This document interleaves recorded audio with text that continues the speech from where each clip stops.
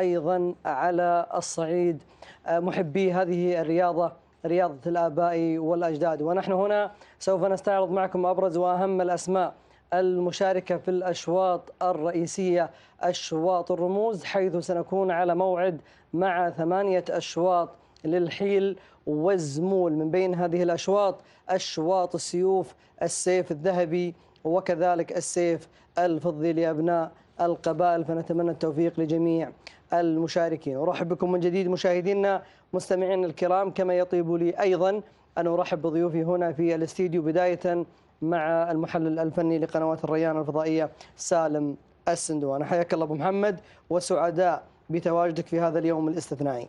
الله يحييك يا أبو ثامر، حنا أسعد بحضورنا معك اليوم. وحنا أيضا سعداء بتواجدكم وكذلك بمتابعة مشاهدينا ومستمعينا الكرام.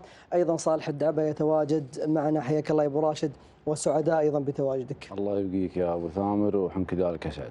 وأيضا المحلل الفني والخبير في مجال سباقات الهجن راشد السعدي أيضا يتواجد معنا في هذه التغطية الخاصة والاستثنائية في هذا اليوم الختامي. حياك الله يا أبو نواف، وكذلك سعداء أيضا بتواجدك. الله يحييك يا أبو ثامر، ونحن كذلك تغمرنا السعادة، ونحن نظهر مع هذه الوجوه الطيبة ونطلع على متابعة قناة الريان ونقول أسعد الله مساك. طول لي عمرك أبو نواف. يوم استثنائي، ذروة السنام، الأسماء والشعارات تستعد لهذه الانطلاقة. أيضا نحن بحكم متابعتنا للركض وحبنا أيضا هذه الرياضة، رياضة الآباء والأجداد، أصبح عندنا شغف أيضا لهذه الانطلاقة، ونترقب متى يبدأ هذه الأشواط، وكذلك النتائج بناء على التوقعات والترشيحات المتواجدة. كيف ترى الاستعداد والتحضير بناء على ما تابعت من أسماء في هذه القائمة؟ نعم أبو ثامر، نحن وصلنا إلى يوم استثنائي فعلا. كنا نعد الأيام مع بداية هذا المهرجان لنصل إلى هذا اليوم. وصلنا، نحمد الله ونشكره بفضل الله، ونحن لا زلنا في شوق لاستمرارية هذا المهرجان الكبير الذي جمع أبناء مجلس التعاون والخبراء في هذا المجال، وكانت الفتنة مع أخواننا رائعة جدا. وصلنا إلى ذروة سنام المهرجان وتتويج الفائزين والتشريف الكبير في هذا المهرجان. الكل استعد والكل وضع اللازم.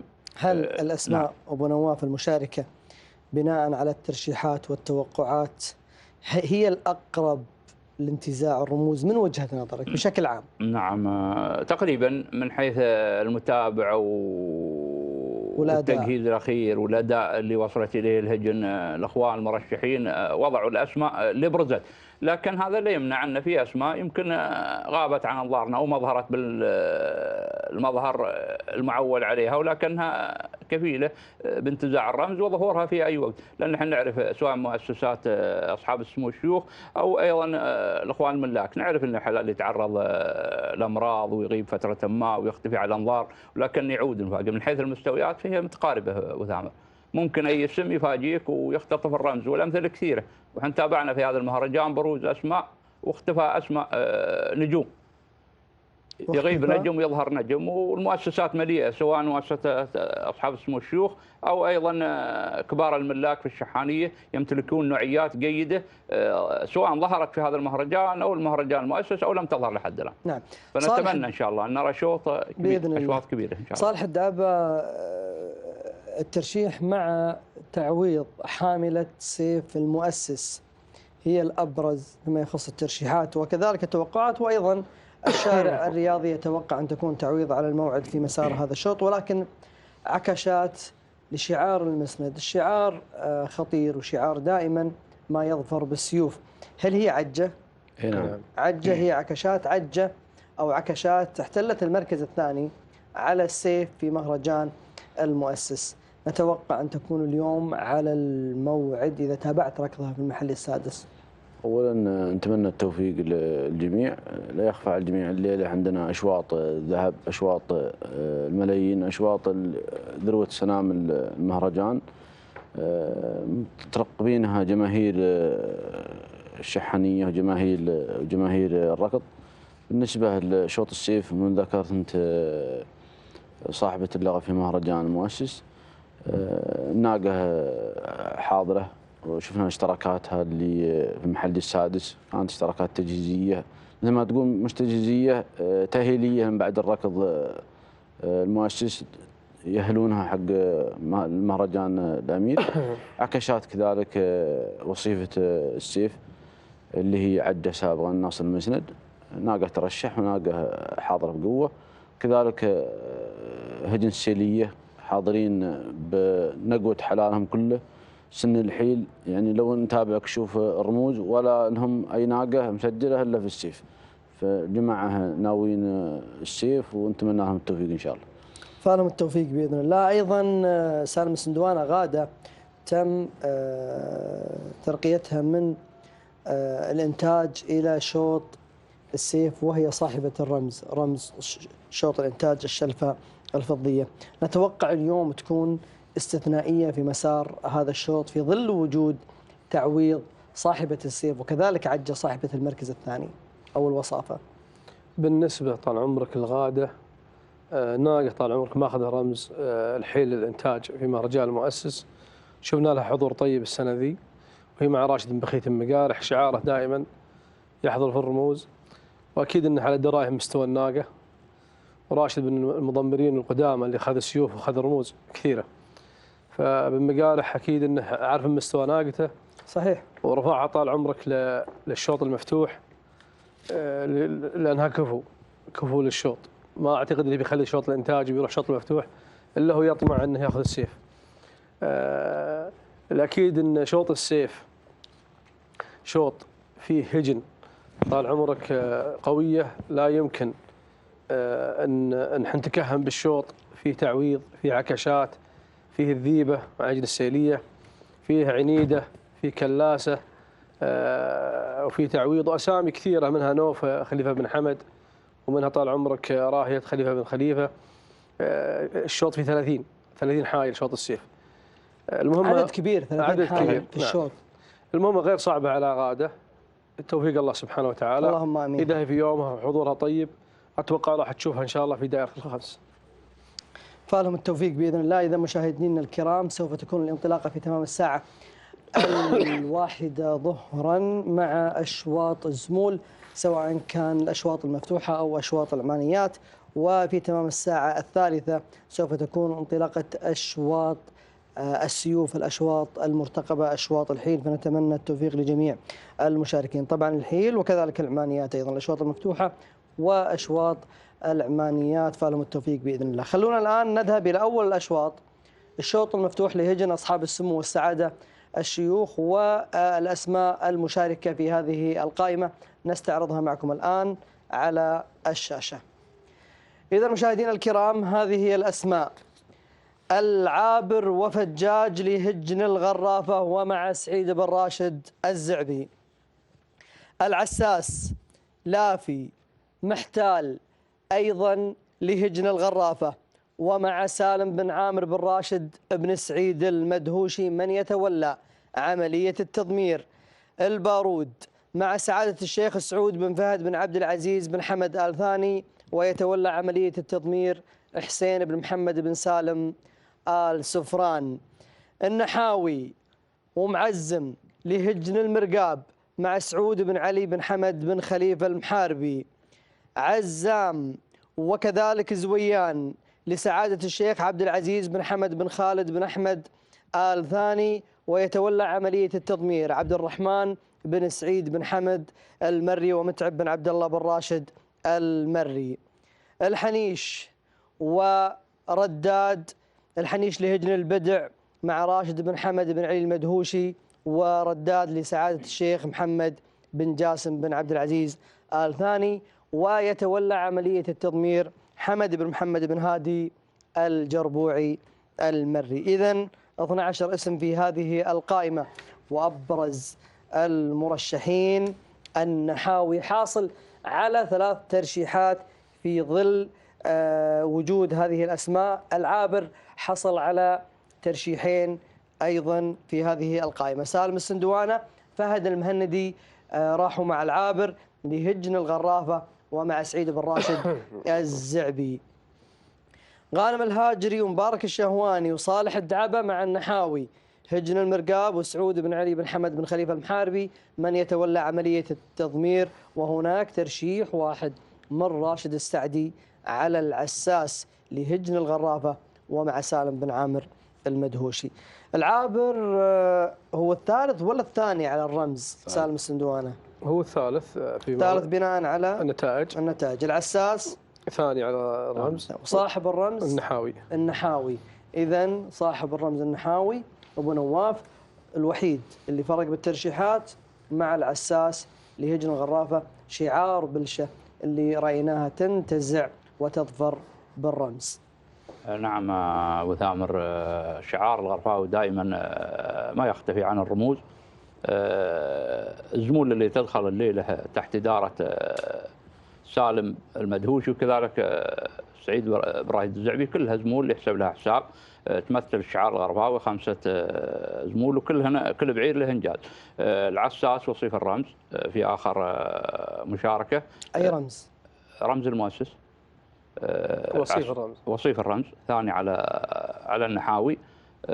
بعير يتميز ايضا بوصله وبغاره قويه في الامتار الاخيره، خدمه مسار الشوط وكان في تصارع على المراكز الاوليه، فرصه ظهوره كبيره. كذلك ارى سالم بن عامر المدهوشي مرشح ايضا اسمين، لافي ومحتال بجوار العساس، يمكن لمسانده العساس وبسط نفوذه نوعا ما والضغط على المراكز الاوليه، فهذا شيء متوقع ايضا. طيب 12 اسم في هذه القائمه، شلون راح يكون مسار هذا الشوط بناء على توقعاتك ابو نواف؟ اكيد 12 الاسم هذه مختلف الشعارات ومختلف المؤسسات، ابرزها النحاوي والعابر وكذلك مسار الشوط. ايضا مسار الشوط. من راح يكون في المقدمه من وجهه نظرك؟ طبيعه ركض العابر، طبيعه ركض العساس، كذلك النحاوي صاحب الرمز طبيعه ركضه. نعم، النحاوي من الاسماء اللي تاخر وكذلك العساس كلها اسماء تاخر. زويان شعار الشيخ عبد العزيز عند متعب بن فهيدان من الزمول اللي تقوم في مراكز متقدمه ويمكن يمسك زمام، وبعد بعير خطير يمسك زمام البادره. الضغط يمكن عند مضمر النحاوي على معزم بيحطه كورقه الضغط في المقدمه على المراكز الاوليه. كذلك ايضا سالم المدهوشي لافي ومحتال بيدفع بهم في المقدمه، وسعيد بن راشد الزعبي عنده فجاج ايضا للضغط. كذلك عزام للشيخ عبد العزيز يمكن من الاسماء اللي عول عليها ويأخر هذا البعير. هجن البدع عندهم ورقه واحده، ومسار الشوط يمكن اذا كان يخدمهم ويكونون في وسط الشوط. رداد للشيخ محمد بن جاسم يمكن بعير ايضا من اللي يقوم المقام طيب في ال5 المراكز الاوليه، وفرصته في الظهور كبيره. وين راح تبان ملامح الشوط ابو نواف؟ والله ملامح الشوط ما اعتقد انها تبين قبل الكيلو والنصف الاخير او الكيلو الاخير، تبين لك الملامح والثلاث المراكز الاوليه اللي بيكون بينهم صراع او ال4 المراكز. طيب نتوقع حد هذه الزمول يكون في المقدمة من بداية الشوط لنهايته؟ والله صعب. يمكن طبيعة مركاض الزمول هذا أغلبهن اللي نحن نعول عليهن. يمكن العابر أبرزهن اللي بيكون في المقدمة قبل النحاوي وقبل العساس من المرشحات أقصد لك. أما طبيعة مركاض زويان وذيلا فهن في المقدمة أيضا، إذا كان عندهم فرصة ظهور وما تم عليها الضغط مبكر يمكن ينهن. العابر من الزمول اللي تقوم، ويمكن أيضا. ليش العابر وزويان سالم السندوانة؟ طبيعة ركضها تقوم في المقدمة الركاب دي، وإحنا شفنا لو شفنا الأشواط الرموز في مهرجان سمو الأمير الوالد أكثر ركاب اللي قامت أنهت الشوط. يعني عندك أعتقد قعود المرخية اسمها العساس أو عساف، أخذ رمز الثنايا، قام في المقدمة وواصل. والركاب دي بعد من الركاب اللي تقوم وسباق، يعني غير انها تقوم واحد جاي ثاني في ثالث على الرمز وواحد جاي سادس على الرمز. اليوم الهواء ما في هواء، اليوم اتوقع بعد يساعدها الجو على انها تنهي بعد. نعم. صالح الدعبة يعني بناء على توقع سالم السندوانة راح يكون صاحب الرمز من الهجن اللي تقوم في المقدمة، من الزمول اللي تكون في الامام. هجن الغرافة دافع ب5 ركاب، كل واحد منها جدير انه ينتزع الرمز، فاتوقع انها هي اللي بتقود زمام الشوط. وعندكم ابرز الاسماء العابر والعساس. اتوقع اذا كان النحاوي في يومه اتوقع انه بيكون صاحب اللقب مثل ما رشح النحاوي. نعم. لكن انا اتكلم عن هجن الغرافة ذكرت أنها هي اكيد يعني هي اللي بتبادر في المقدمه. هجن الغرافه دافع ب5 ركاب، اتوقع هي اللي بتقود زمام الشوط. لا، أقول لك سالم السندواني يقول يتوقع أن يكون صاحب اللقب أو الرمز من الهجن اللي بتكون في المقدمة. يتوقع العابر لانهم رشحوا بعيد مع وجود النحاوي ما اتوقع. النحاوي يلحق ولحوقه قوي، فاذا كان في يومه اتوقع انه راح يقلب الطاوله على ركاب اللي معه. طيب، في ظل وجود صاحب الرمز ووصيف الرمز والثالث على الرمز، وين راح تبان ملامح الشوط في ظل وجود الثلاث أسماء؟ من كيلو ونص تقريبا راح تبين ملامح الشوط. متى راح نعرف صاحب الرمز؟ من بعد الكيلو راح نعرفه؟ اي نعم، من بعد الكيلو راح نعرف. سالم؟ معناته انه رجع على كلامي، اذا هو يرشح النحاوي يلحق وركابتي تدفع وهو يقول يبين عند كيلو ونص، ركابتي توصل كيلو ونص ما بعدها النحاوي. اي بس هو يمكننا يقصد ان النحاوي يدخل في الكيلو الاخير. لا احنا شفنا اخر قصد ابو راهد ان النحاوي بيلحق مع الكيلو الاخير وبياخذ. هو يقول لك الفرصه. انت تقول الركاب اللي بتكون في المقدمه، اللي بتكون بدايه الشوط هي اللي راح تنهي. انا اقول لك النحاوي اذا كان في يومه بيكون صعب. انا كلامي قلت لك في نوعيه من الركاب، ما اقول لك ان هي اللي بتاخذه. انا اقول لك في نوعيه من الركاب موجوده في الشوط، اذا قاموا تبعدت من الشوط صعب الحقها. شوف، مساله انها تبعد ما في شيء راح يبعد. اوراق الضغط الليله موجوده. لكن العابر ولا تهون ابو نواف، نعم. العابر مثل ما ذكرت انه يكون دائما في مقدمه الشوط. النحاوي يلحق من الخلف، معناها النحاوي والعابر هم الاخطر الان. طيب والعساس؟ انا اتكلم لك عن النحاوي والعابر بناء على الترشيحات. شوف، صالح الدعبه راح مع النحاوي، انت رحت مع العابر. الان ابي المقارنه العابر ما بين راح العابر والنحاوي. العابر ما راح يقوم بالمقدمه الحاله، عندك زويان يقوم معه. زويان عندك يواصل. اوراق ضغط بيضغطون بعد قوي. واصلا كنا احنا مرشحين زويان في رجال المؤسس، اعتقد كنا بالاجماع بعد يمكن. ولا جاء الموعد. وما جاء ما كان على الموعد. يمكن اليوم يظهر الموعد. فالها التوفيق ابو. فالترشيحات اختلفت لان ظهوره في المؤسس ما كان بالصوره اللي نعرفها من زويان. طيب، تابعته في المحل السادس زويان؟ سبق. نعم. ما شاء الله تبارك الرحمن. هنا الفرق، اخر ظهور له طيب وهو يقوم في المقدمه. يعني بيكون الضغط في بدايه الشوط بين الزويان وكذلك العابر. اتوقع ان الضغط بيكون على العابر من زويان في المقدمه. بيكون على العابر من زويان. نعم. هو اللي بيضغط على العابر. نعم. والنحاوي يلحق من النحاوي الخلف. اذا كان في يومه صعب. اذا كان في يومه النحاوي شفنا انفراده له وعرض في مهرجان المؤسس، الله يبارك فيه. يعني فاجأنا في مستواه اللي هو النحاوي. طيب سالم السندوانه، وين راح تبان ملامح الشوط اذا انت تقول ان صالح الدعبه يوافق كلامي؟ والله انا اتوقع الشوط هذا حكم زويان والعابر اتوقع راح تبين ملامحه من اثنين. ممتاز، لان كلها تدفع وتكون في المقدمه. على حسب، اذا كانت الركاب ذي بعيد من الشوط وصلوا اثنين وهي بعيد عن الشوط بيكون الرمز بين زويان ولا العابر. بين زويان ولا العابر، اذا هي الاخطر في هذه القائمه. وكذلك النحاوي صاحب الرمز ايضا يرشح غانم الهاجري لانتزاع الرمز. خلونا الان ننتقل الى الشوط المفتوح لابناء القبائل وقائمه باسماء الهجن المشاركه.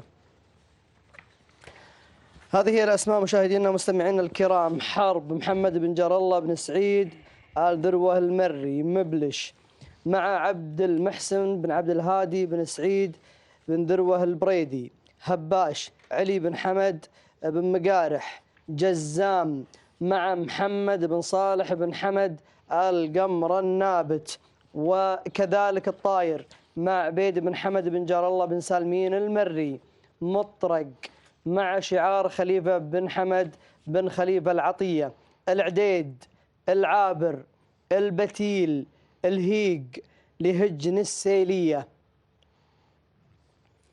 غيث علي بن زيد بن محمد بن محسن آل بحيح، شاهين عبد الله بن ناصر بن حفيظة الحفيظ المري، الذهب محمد بن علي بن حمد بن علي المري، عز عبد الله بن حمد بن علي بن حمد العطية، الباز عبد الله بن خالد بن ناصر الحميدي، ورداد لسيف بن محمد بن زايد المطوع الخيارين، ولهب أيضا لهجن السيلية.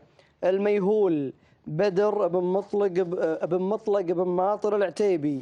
أم غادر زايد بن خميس بن عويضة المريخي. وعز الجيش لراشد بن صالح بن راشد النابت المري. كذلك شاهين لناصر بن عبد الله بن السعيد بن ناصر. ومعالج لإبراهيم بن زيد بن راشد البحيح المري.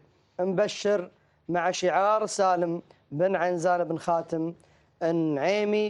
23 اسم في هذه القائمة أتت لتظفر بالخنجر الفضي. أبرز الترشيحات والتوقعات مع حامل اللقب في مهرجان المؤسس العديد لهجن السيلية. وهناك ترشيح من راشد السعدي ومن مو بحامل اللقب، العابر لهجن السيلية هو حامل اللقب، ولكن كل الترشيحات ذهبت مع هجن السيلية. مبارك الشهواني أيضا يرشح العابر. سالم صالح راحوا مع العديد. كلها طال عمرك اركاب السيليه. عندك العديد صاحب رمزين العام الماضي، وثاني على رمز مهرجان المؤسس. العابر بعد في رصيده رمز المؤسس، واعتقد نافس على رموز العام الماضي، وعنده رمز في العام الماضي في سنه الثنايا. العديد وش انجازه؟ صاحب رمزين العام الماضي. العام الماضي. نعم. والعابر بعد عنده رمز العام الماضي اعتقد في سنه الثنايا. اخر ظهور لها في مهرجان المؤسس. العابر خذ الرمز، والثاني عليه العديد، والثالث وصيف الرمز العديد. وصيف الرمز العديد نعم. الثالث كان مع مطرق لخليفه بن حمد بعطيه. مطرق نعم. وموجود مطرق. موجود. ورداد الرابع رداد مع سيف بن محمد بن زايد الخيرين. وهباش جاء خامس مع علي بن حمد المقالح. نعم. يعني الاول والثاني والثالث والرابع والخامس موجوده كلها في الشوط. الاول والثاني والثالث والرابع كلها موجوده. والخامس نعم. اصحاب المراكز. وغير الركاب اللي موجوده في رصيد هرموز موجوده بعد. عندك مثل اذا ما خاب ظني الطاير بعير بن سالمين موجود في الشوط. صاحب طاير. نعم صاحب رمزين. عندك بعد الباز بعير الحميدي اعتقد كان في الانتاج ورفعه للمفتوح مع اللي هو اللي عند الحميدي. جاي ثاني في مهرجان المؤسس على الرمز. صحيح. عندك طال عمرك اسامي كثيره، منها حرب عند بن ذروه، منها جزام طال عمرك عند ابن القمره، وعندك طال عمرك قلنا العديد والعابر والبتيل والهيق. لا انت ششت ولهب. اشرت له على اسم. ايه على رداد. على رداد. غيث بعد صاحب رمزين عند علي بن زيد محسن البحيح العام الماضي صاحب رمز اول في سن الثنايا. العام اخذ رمز في سن الثنايا. نعم. ومن الانتاج طالع بعد من الانتاج المفتوح. شاهين عند ابن حفيظ. الذهب عند محمد بن علي بن حمد المري. عز عند عبد الله بن حمد العطيه. الباز قد تكلمنا عنه. الميهول بدر مطلق ماطر العتيبي. يمكن هاي مشاركه خارجيه. يمكن ولا اكيد؟ اتوقع انها مشاركه خارجيه. مغادر مع راشد زايد بن خميس المريخي. عز الجيش مع راشد بن صالح بن راشد النابت.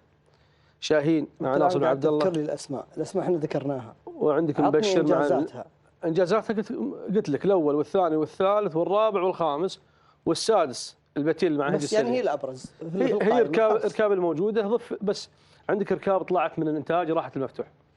عندك في عير ابن الحميدي جاي ثاني على المؤسس وودوه شوط المفتوح الزبون المفتوح. عندك غيث صاحب الرموز في الانتاج ورفعوه بعد للمفتوح. عندك طاير بن سالمين صاحب رمز في الانتاج وصاحب رمز في التحدي ورفعوه بعد للمفتوح. حلو. ففي 3 ركاب غير ركاب اللي الخمسه اللي ذكرناها. غير الخمسه اللي ذكرناها. نعم. اذا 23 اسم. سالم السندوانه يشير الى 8 اسماء فقط هي الابرز من ناحيه المعطيات وكذلك الانجازات. صالح الدعباء. تفضل. 23 اسم والقائمه قدامك. مثل ما ذكر اخوي سالم ذكر الركاب كلها وانجازاتها. ذكر 8 اسماء. لا ذكرت 23 بعيد. هذا انت قريته. لا سلامتك. الانجازات ذكر لي 8 اسماء انا فقط. عندي في الكشف 23 بعيد. طيب خل 23 بس انت ذكرت 8 اسماء. المسجل كم؟ 23. انت ما اعطيتني مجال اعطيك بالعكس انا الاسامي. قلت لك اعطني اسماء، انت قاعد تقراها لي. زين. طيب خلونا نرجع للسندوانه ويذكر لنا الانجازات. طيب تفضل يلا تفضل. احنا تكلمنا عن قلت لك في الكشف 23 بعير. عطني انجازاتها. طيب عندك بعير بن ذروه حرب عنده عده نقاط ومنافسات. وين؟ في الدوحه هنا. اخرها اعتقد في المحل السادس. المحل السادس.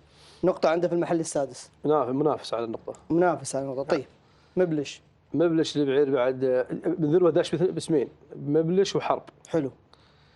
مبلش بعد من الركاب بعد اللي عند عبد المحسن بن عبد الهادي، هذا عند محمد بن جار الله. لا يعني معناها بس واحد داخل بس يمكن اثنين داشين بالركاب، اثنين مع الاخر، والعلم عند الله سبحانه وتعالى. الذروه كلهم طيب. عزبتهم واحده. عزبتهم واحده. نعم وناموسهم واحد. يستاهلون. طيب هباش. طيب مبلش وش انجازه؟ عنده منافسات بعد في المحليات. المحل السادس. عنده في المحل السادس والمحل الخامس والمؤسس. ماخذ نقاط. ما هو مودي شوط رمزي وهو منافس. لا ما اختلفنا، بس انا اسالك الان عن الانجاز. انجازه ما يحضرني الحين حاليا، بس عنده منافسات في المحليات. طيب هباش يا صالح الدعم. هباش طال عمرك في رصيده تقريبا 4 سيارات. 4 سيارات. اي نعم. اللي عنده من مقارح. اي نعم. طيب. وخامس على الرمز في مهرجان المؤسس. خامس على الرمز مثل ما قال سالم السندواني في مهرجان المؤسس. جزام. اذا هذا واحد من الاسماء اللي ذكرها سالم السندواني. عندك جزام محمد بن صالح القمرة، هذا في رصيده موترين. منتقله ملكيته. منتقله ملكيته من؟ من حمد الرخيله. محمد بن مبارك. لصالح القمرة. نعم. الموترين خذاها وعند صالح ولا؟ لا عند مالكه السابق. عند مالكه. اذا هذا بعد خطير. عندك مطرق. خليفه بن حمد. 3 رموز. 3 رموز في سن الثنايا والجذاع. سن الثنايا الجذاع 3 رموز. اي في سن الثنايا والجذاع. عندك ما شاء الله تبارك الله. ثالث على الرمز. وثالث على الرمز في اخر وثالث على الرمز في اخر مشاركه. مهرجان المؤسس. عندك رداد سيف محمد بن زايد الخيرين. رداد هذا منتقله ملكيته، وشارك في مهرجان المؤسس في شوط الرمز وما كان في يومه. لا بس انتقلت ملكيته بناء على انجاز. ايه اكيد انجازات. عندك مغادر زايد خميس. مغادر. اي نعم. مغادر عند زايد الخميس. اي نعم. وش انجازه؟ انجازه سيارتين او 3 سيارات، ودائما يكون له منافسات. العام وش كان سنه؟ كاني ما زليت انه لا كان زليت انه زمل. اي طيب. عندك عز الجيش راشد بن صالح النابت، ثاني على السياره كذا مره. ثاني على السياره. مبشر سالم بن عنزان. مبشر شعار خطير. شعار خطير، ودائما تكون عنده صفقات دائمه في اشواط الرموز. اي نعم. حصل على ايش؟ ما عندي مبشر، ما عندي معلومات عنه. ما عندك معلومات عنه. ابو نواف. نعم. ابو نواف ما رشحت العابر. نعم. صاحب رمز المؤسس. صحيح. هجن السيلية تأتي على رأس المقام. الأخوان استعرضوا الأسماء جميعها صحيح. وكل اسم ترشح على الآخر. طيب. كلها أسماء لها. أهل السلطنة أيضا مشاركتهم مع شاهين له نقطة في مهرجان المؤسس، ومتواجد ناصر بن عبد الله الحجري، ونتمنى له أيضا المشاركة. وش إنجاز شاهين؟ طيب. آخر مشاركة في المؤسس كان عنده نقطة سابق في أحد الاشواط يستاهل. فالها التوفيق وان شاء الله نتمنى لهم التوفيق. بالنسبه للاخوان اللي يذكروهن كلهن مميزات. هجن السيليه تاتي في المقام الاول من حيث 5 أسماء الترشيح، ومن حيث ايضا العدد المتوفر، وهن ابرز اسمه الاول والثاني عندهم اللي هن العابر والعديد. بالاضافه الى هذه الاسماء وفروا اوراق ضغط اللي منهن لهب نعرف طريقه مقامه. هذا بعير من يقوم يستلم المقدمه ويضغط على اصحاب الصداره. لهب يستلم المقدمه. يكون دائما في المقدمه. يكون مقدم وياتي كورقه ضغط من قبل الشعار السيلاوي، وحنا نعرف شغلهم اكثر ناس يقدمون له خطط تكتيكيه ويضغطون على المراكز الاوليه. الشعار السيلاوي يوفرون عده اوراق، يخسرون اوراق ويضحون باوراق. نعم. لاجل انهم يختطفون السيف او الرمز الغالي. الليله 5 اسماء منها البتيل والهيج يمكن للضغط، والترشيحات تاتي على العابر. البتيل والهيج يمكن للضغط. توزيع ادوارهم بيكون متتالي. صحيح. يمكن بعد لهب ياتي الهيج، ومن بعده ياتي البتيل، ومن ثم الزميل اللي عول عليه، تناوب على مسار الشوط. بالنسبه للاخوان اللي يبحثون عن الرمز، اقربهم اللي هو مطرق، ثالث الرمز موجود، شعار العطيه نعم متواجد، وبعير له واصله، ويمكن لم تاتي له مسانده في الشوط، لكن قدير باختطاف الرمز اذا تحفظ مالك وصار على طريقه الشوط. شعار بن حفيظ متواجد، وشعار ايضا برز في اخر ظهور في السن الكبار متواجد مع شاهين، وشاهين عنده عده نقاط وبعير قوي. بس نعم عندي اشاره بس ابو نواف. نعم. العابر 12-43 في المؤسس. نعم.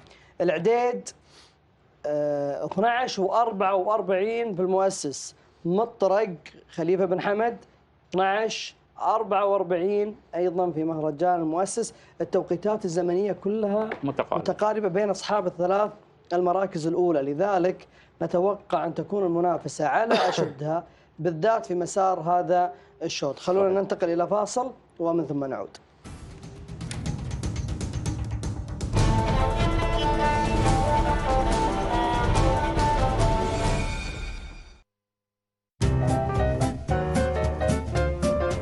يوم جديد نطل فيه عليكم من استديو لبيب على الهواء. اهلا وسهلا بكم مشاهدينا. ارجع للخلف. اوكي لو انك ترتب وتقوم بالتنظيف والترتيب بصوره دائمه ما كنت تعرف نفسك كلها تعبتي بصراحه. خطا.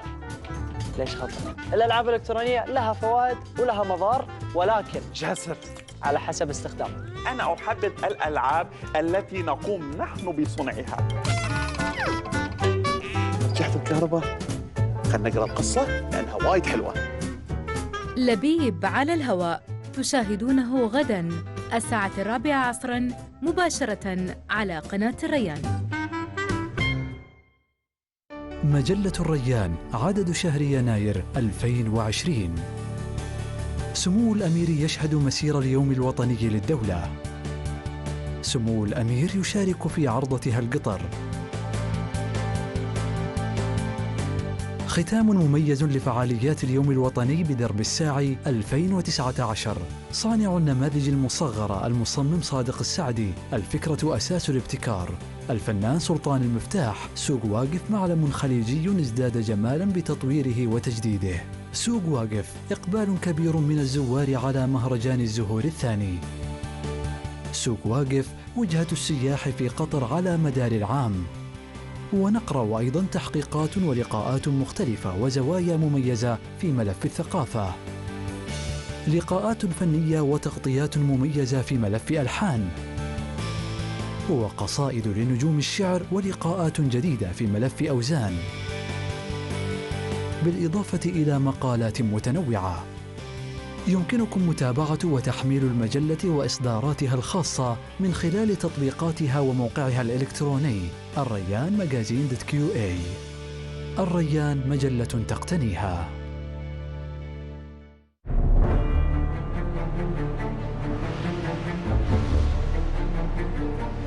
صحة الإنسان ثروة والحفاظ عليها واجب. التعليم هو مستقبل أجيالنا. قطر بتراثها نجحت أن تكون وجهة سياحية للمنطقة والعالم. ونستذكر تاريخنا وتفاصيل ماضينا.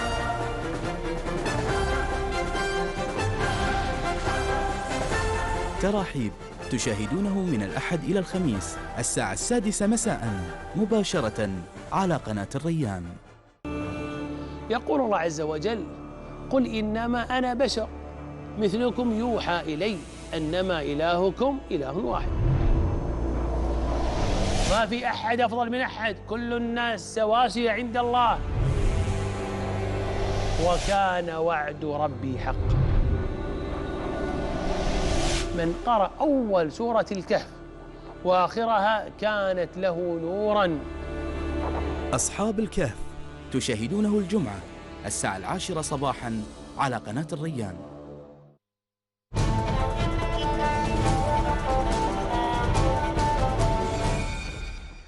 حياكم الله مشاهدينا ومستمعينا الكرام. بعد هذا الفاصل، سالم السندوانة مثل ما أشار للأسماء المتواجدة في هذه القائمة 23 اسم. أبرز هذه الأسماء 5 أسماء نافست على الرمز في مهرجان المؤسس، وهي قد تكون الأقرب أيضا لانتزاع الرمز. وين راح تبان ملامح هذا الشوط في ظل هذه القائمة المليئة بهذه الأسماء الخطيرة؟ الشوط هذا يختلف عن الاشواط الثانيه. شوط زمول ابناء القبائل المفتوح دائما في كل سنه نشوفه ما يحسم الا عند ال 500 متر الاخيره.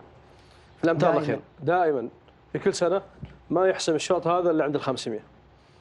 يعني صعب التكهن فيه، الركاب اللي فيه موجوده كلها سباق، وحتى قبل شوي تكلمنا عن التوقيتات، الفرق بسيط ثانية أقل من ثانية. ولكن في تحفظ عند صالح الدعبة على التوقيتات الزمنية. أعتقد صالح الدعبة إذا ما خاب ظني تكلم عن توقيت العديد أنه ما هو في جاهزيته في المؤسس. نعم. يقول إنه كان الاشتراكين، يعني قلنا 43 العديد والعابر ومطرق 44. صالح الدعبة يقول لا، يقول في المؤسس يختلف الوضع كليا عن مهرجان سيدي الأمير الوالد الله يحفظه ويطول في عمره، بحكم أن العديد ما كان في جاهزية تامة للمشاركة في مسار هذا الشوط. نتوقع اليوم أن يكون العديد على الموعد. تابعت مساره في المحلي السادس، الله يبارك فيه. العديد من أشرس الركاب الموجودة ومن أقواه، وحكم إنجازاته وكذلك بحكم مشاركته في مهرجان المؤسس ما كان العديد في جاهزيته. احنا نعرف العديد ونعرف أهدافه الشوط وطريقة لحوقه للشوط، الله يبارك فيه. مع ذلك حل في المركز الثاني، ولكن الليلة أتوقع إذا كان إن شاء الله العديد جاهز وفي يومه أتوقع أنه يحسم الشوط وبانفراد بعد. وبانفراد يقوم راس وينهي راس؟ لا العديد هو طبيعة ركض يكون في المقدمة. لا العديد يلحق تقريبا عند الكيلو الأخير، يكون في المشهد في دائرة المنافسة عند الكيلو الأخير.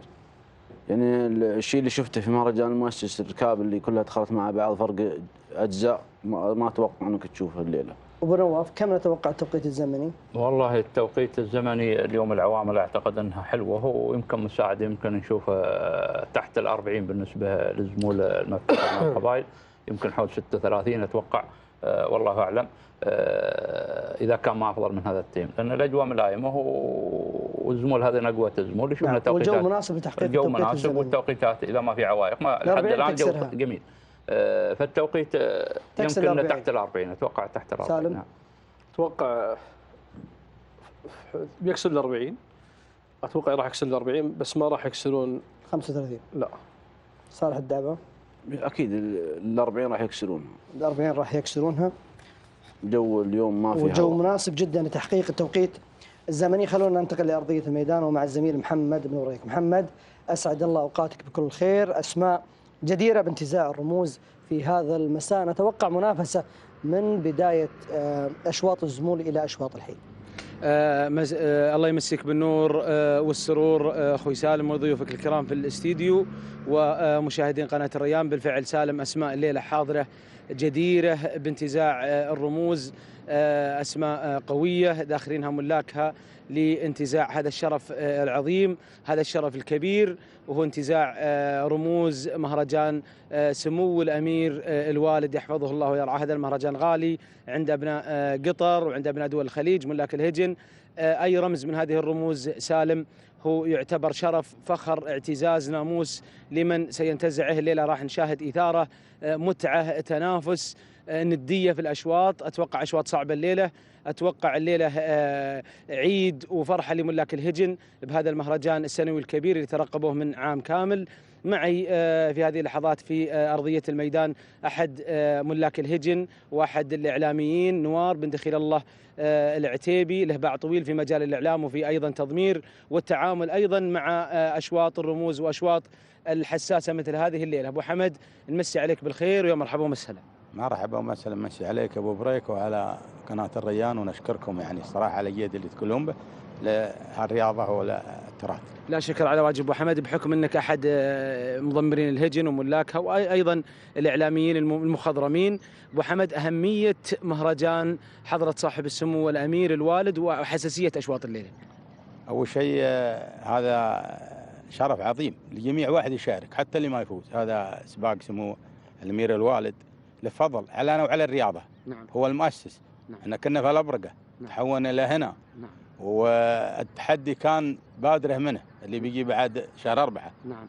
كان وقف والحين أو بدايته من الشيخ حمد الله يطول عمره. نعم. اللي راعي المهرجان اللي يحمل هذا المهرجان اسمه الفضل الكبير في دعم هذه الرياضة العربية الأصيلة. صحيح صحيح. ولا له الشرف سوى لأهل قطر او الضيوف اللي عندنا من برا. عيد عند ملاك الهجن. نعم انه عيد. نعم. واللاله اللي بيفوز بالسيف ولا بالشلفه ولا بالخنجر هذا لا يمكن ينساها. نعم. هذا شرف عظيم. واللي كلهم اللي دخلوا في الشوط انا اعتبرهم فايزين، لان ما يدخل الا منقيه وكم كيف يعني. نعم. نوعيات مصفاه وداخله. نعم. والتوفيق عند الله سبحانه وتعالى. محمد بس لضيق الوقت ناخذ توقعاتك اشواط السيوف اللي تتوجه للانظار. السيف الذهبي لهجن اصحاب السمو والسعاده الشيوخ، والسيف الذهبي ايضا لهجن ابناء القبائل. الانظار الان تسلط على اخر شوطين في المهرجان. ابو حمد توقعاتك اشواط السيوف، نبدا بسيف هجن اصحاب السمو والسعاده الشيوخ. والله الشوط ما هو بسيط، انا شفت الاسامي، الشوط ما هو بسيط والملاك ما هم بسيطين. نعم. الهجن قويه. نعم. لكن انا بختصر لك الطريقه ما قالوا بين هجن الشقب 21 ذلول مشاركه في شوط الشيوخ. هجن الشقب وبين هجن الغرافه. بين هجن الشقب والغرافه هم بعد بينهم في المهرجان الماضي. نعم الاول كان الشقب والثاني الغرافه. انا الليله اقول يعني اقرب له الغرافه صراحه حسب المعطيات اللي شفناها قبل، لان الناقه اللي سبقت هذه ما هي بحاضر هالليله. نعم. ما هي بحاضر. ما راح تشارك. ما راح تشارك. نعم. فاقرب لها الغرافه، مع العلم انه يعني بينحصر التنافس بين الشقب والغرافه. نعم. اسم الهجن المرشح اتوقع؟ والله يا اخي انا اتوقع بس خلنا مع الغرافه والشقب. نعم بس عطنا اسم من الغرافه واسم من الشقب. اسم الغرافه اللي هي الثاني. الغرافه هتان والشقب قريه الضبي. نعم. توقع الواحده حصل على المركز الثاني وواحده حصل على المركز الثالث، كيف يكون التكتيك ابو حمد بحكم معرفتك في اشواط السيوف؟ والله التكتيك في حرق اوراق. نعم. لان داخلين الغرافه باربعه اعتقد والشقب 6. نعم. مع المؤسسات الثانيه اللي داخله ما نقصر حقهم. نعم. لكن حنا وجهه نظرنا وحسب السنين اللي احنا. نعم. وكذلك سيف ابناء القبائل. السيف الذهبي. والله سيف ابناء القبائل بعد ما يصير اقل من هذا. ترشيحك للسيف محمد؟ ترشيحي والله يا اخي انا اشوف بن عيده حظها اوفر. العيده حظها اوفر. شكرا لك نوار بن دخيل العتيبي، بيض الله وجهك وشكرا جزيلا لك. حياك الله، مرحبا وسهلا. اذا توقع هجن السيليه وتوقع هجن الغرافه ابو حمد لانتزاع السيوف. هذا كل ما لدينا. سالم الان الاستعدادات على قدم وساق. اليك الكلمه سالم ولضيوفك الكرام. نعم شكرا محمد، وكذلك الشكر ايضا موصول لضيفك الكريم نوار.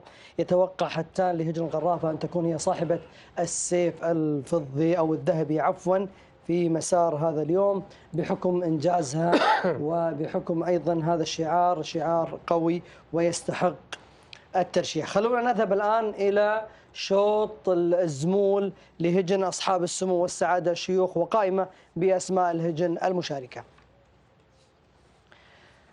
إذا مشاهدينا الكرام هذه هي القائمة: هزام، معارك، مصيحان، وقالط لهجن الشحانية، ويتولى عملية التضمير المشاغب محمد بن خالد بن عبد الله العطية. طماع، كفو هجن الشحانية، والذهبي من يتولى عملية التضمير سالم بن فاران المري. زاهي وشغموم لهجن الشحانية، ومع شبل المضمرين جابر بن سالم بن فاران.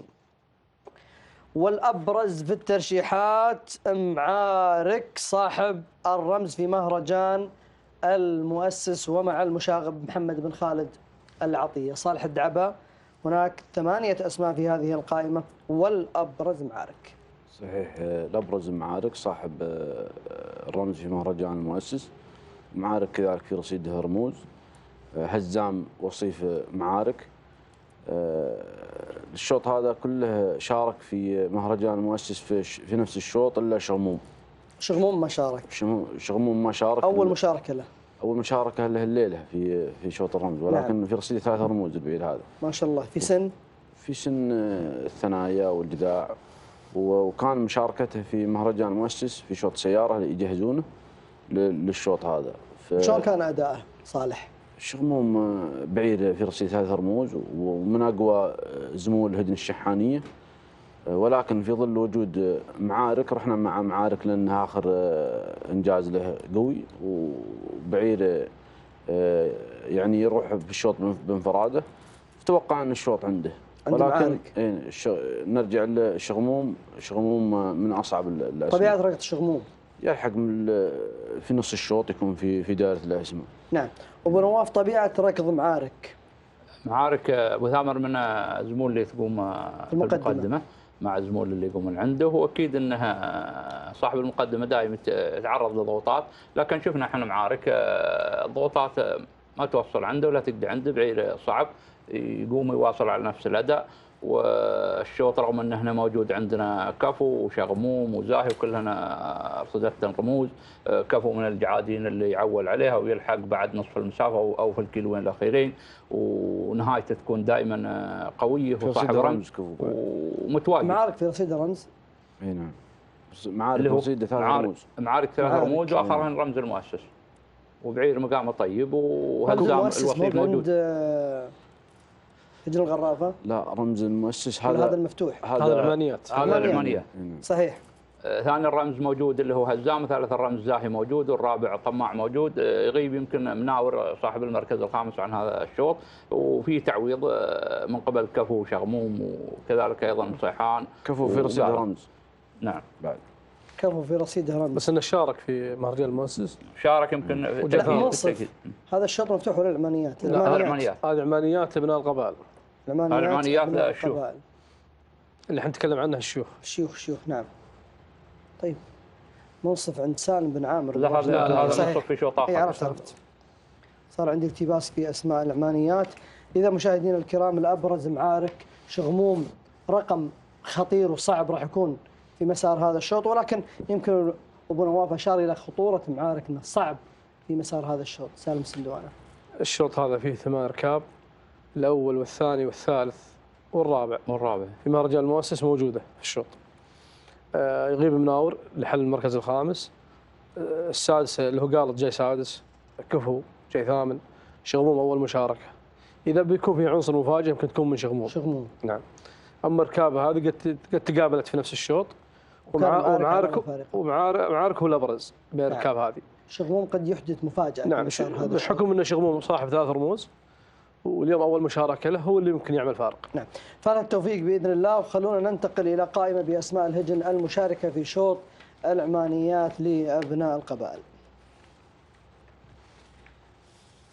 اذا مشاهدينا الكرام 18 اسم في هذه القائمه: مياس راشد بن ناصر بن محمد بن شابر المري، مبعد عند ابن الشنجل عبد الله بن ناصر، مطفوح او مطفوج عند حمد او مطفوق عند حمد بن محمد بن سالم بن جهويل، منصف سالم بن عامر المدهوشي، البدع ثامر بن علي بن سعيد آل بريص المري، هملول عند علي بن حمد بن بخيت بن قريع المري، لفان صالح بن سالم بن محمد بن مانعه، ولزام عند سعيد بن فهد بن صقر بن راشد المريخي، حشيم راشد بن حمد بن جار الله المري، حليتان عند محسن بن راشد بن مستور الجربوعي المري، دخان لمنصور بن محمد بن منصور آل سيف الخيارين، نيشان خليفة بن حمد بن خليفة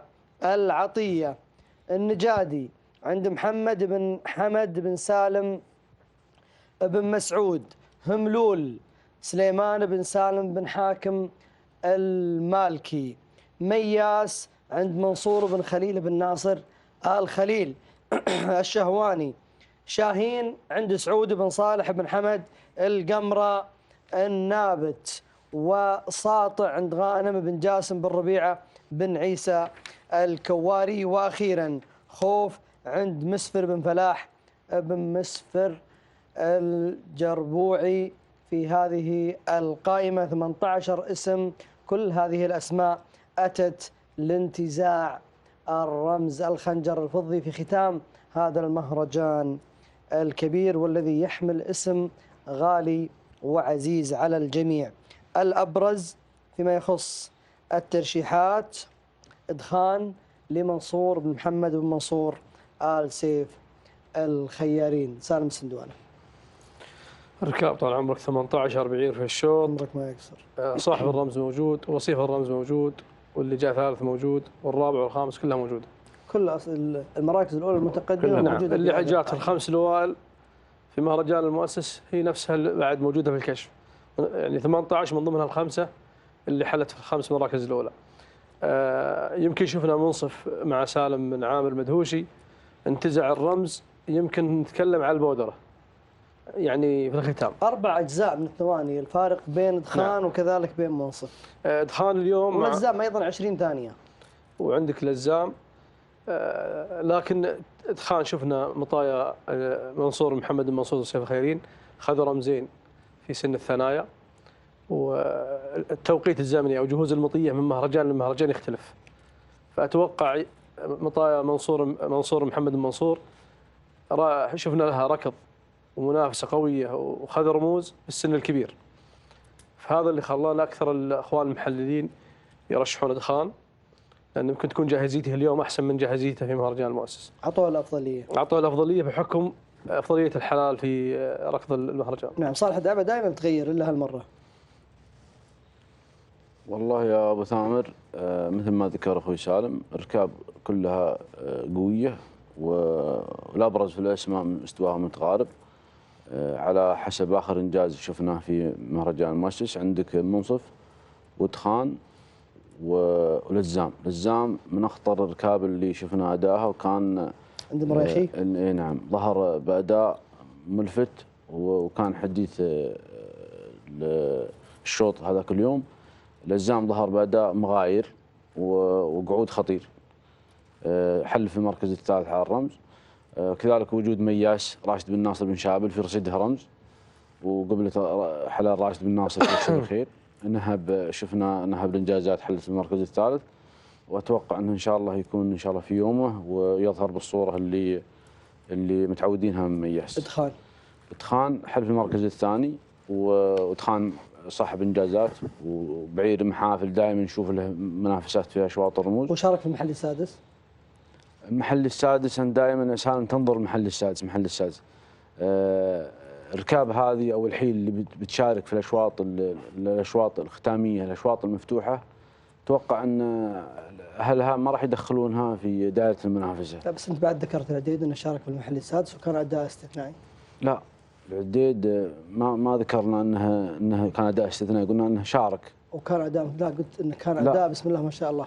لا كان متميز. العديد ما قلنا لك انه شارك في مهرجان المؤسس وحل في المركز الثاني والبعيد ما كان على جوزيته. السادس يعتبر مقياس على التحضير والتجهيز، فلذلك احنا نسال عن اخر ركض للمطيه نعم. او للبعير. صحيح. احنا نتكلم عن المحل السادس بحكم انه اخر ركض للاسماء المشاركه هذه وطريقه استعدادها. الاشواط هذه مرفوع عنها الفحص، فالوقت اللي بين المهرجان وبين هذه هي علامه الفارق بين المحلي خلنا اقول لك وبين شوط الرمز اللي مرفوع عنه الفحص. اي نعم، بينها وبين السباق يمكن ما تجاوز 15 يوم، لو حتى دخل في دائره الفحص بيكون خطوره عليه.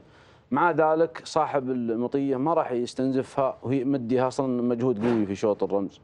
في مشاركتها في المحل اللي بعد المهرجان يكون مرحله تاهيليه فقط، حتى بعضهم يشاركها بدون اوامر يأهلها المهرجان اللي عقبه. ابو نواف. نعم اتفق عند كلام ابو راشد بان السادس ليس مقياس، هو مؤشر، لكن اغلب الناس اللي تشارك في المحل السادس ما يطمعون في النقاط، يطمعون في الرموز، خصوصا اصحاب الرموز. وشفنا الحلال اللي في المحل السادس بذل جهود كبير، يمكن ما سعفته الحظوظ انه يظهر في المؤسس لانه انضغط، او في مهرجان سيد الامير الوالد انضغط. فهم استراتيجيتهم واضحه الاخوان المضمرين، وهذا شيء ناجح. بعد استغرب من اخوي ابو راشد ما رشح منصف، رغم انه هو الوحيد اللي ماخذ له نقاطه في مهرجان المؤسس. وشوفه راح عند دخان بعد منصف. جاوب علي سالم. احنا رجعنا لقبله حلال منصور محمد بن منصور.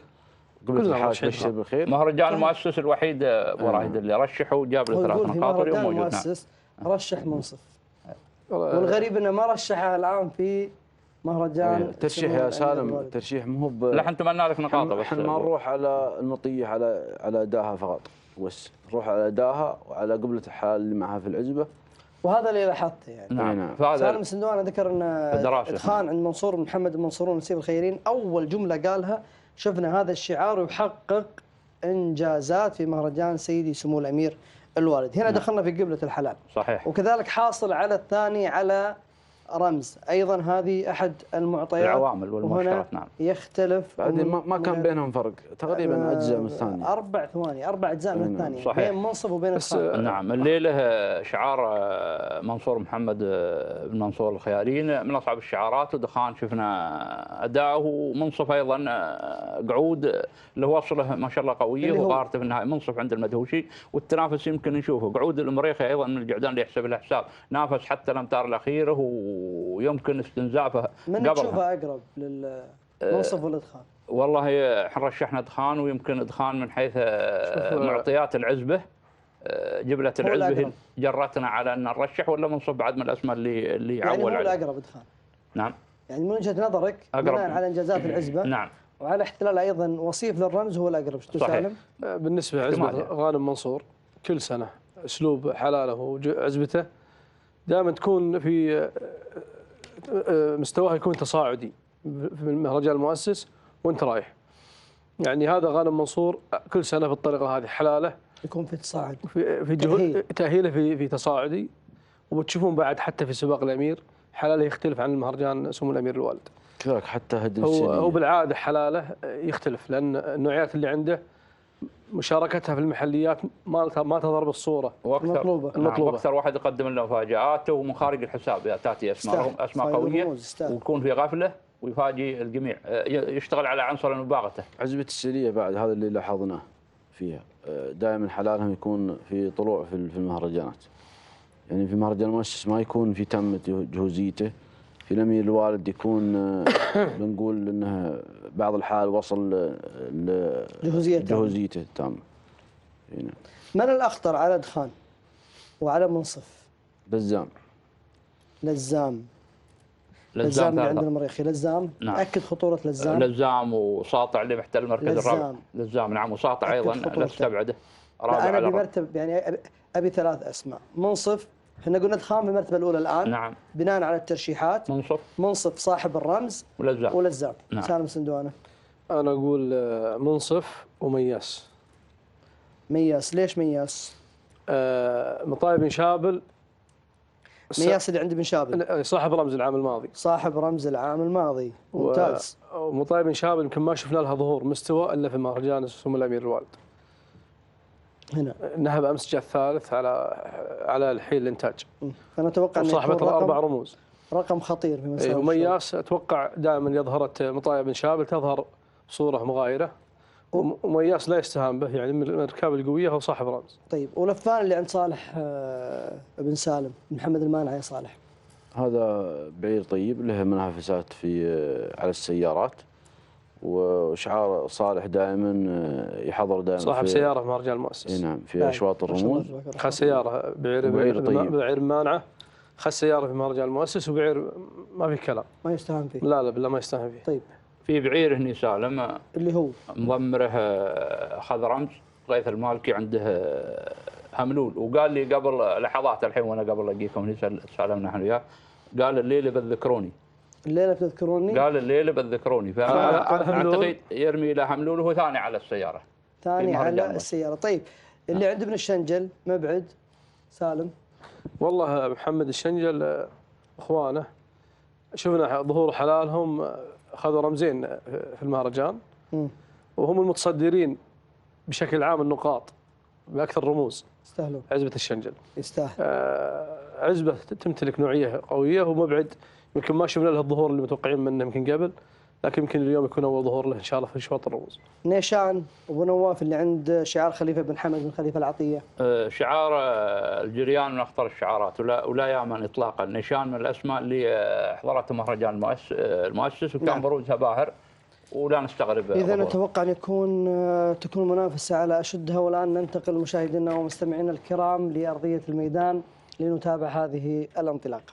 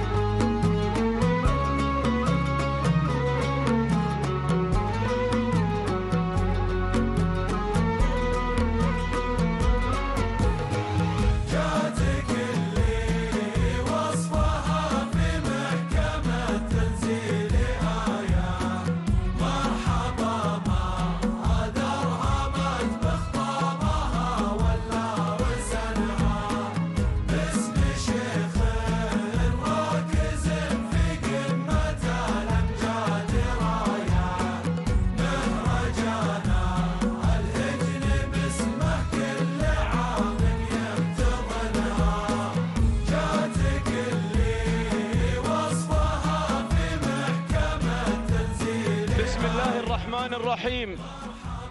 مشاهدينا الأعزاء أيها الحفل الكريم، السلام عليكم ورحمة الله تعالى وبركاته، وأسعد الله مساءكم بكل خير وبركة، حيث نصل مشاهدينا الأعزاء أيها الحفل الكريم إلى فعاليات وأحداث وتداعيات يوم الختام، ختام هذا المهرجان السنوي الكبير لسباقات الهجن العربية الأصيلة، مهرجان حضرة صاحب السمو الأمير الوالد الشيخ حمد بن خليفة آل ثاني يحفظه الله ويرعاه، حيث برنامجنا لهذا المساء عبارة عن إقامة 8 أشواط جميعها للرموز، تختتم بشوطين السيفين الفضي والذهبي على شرف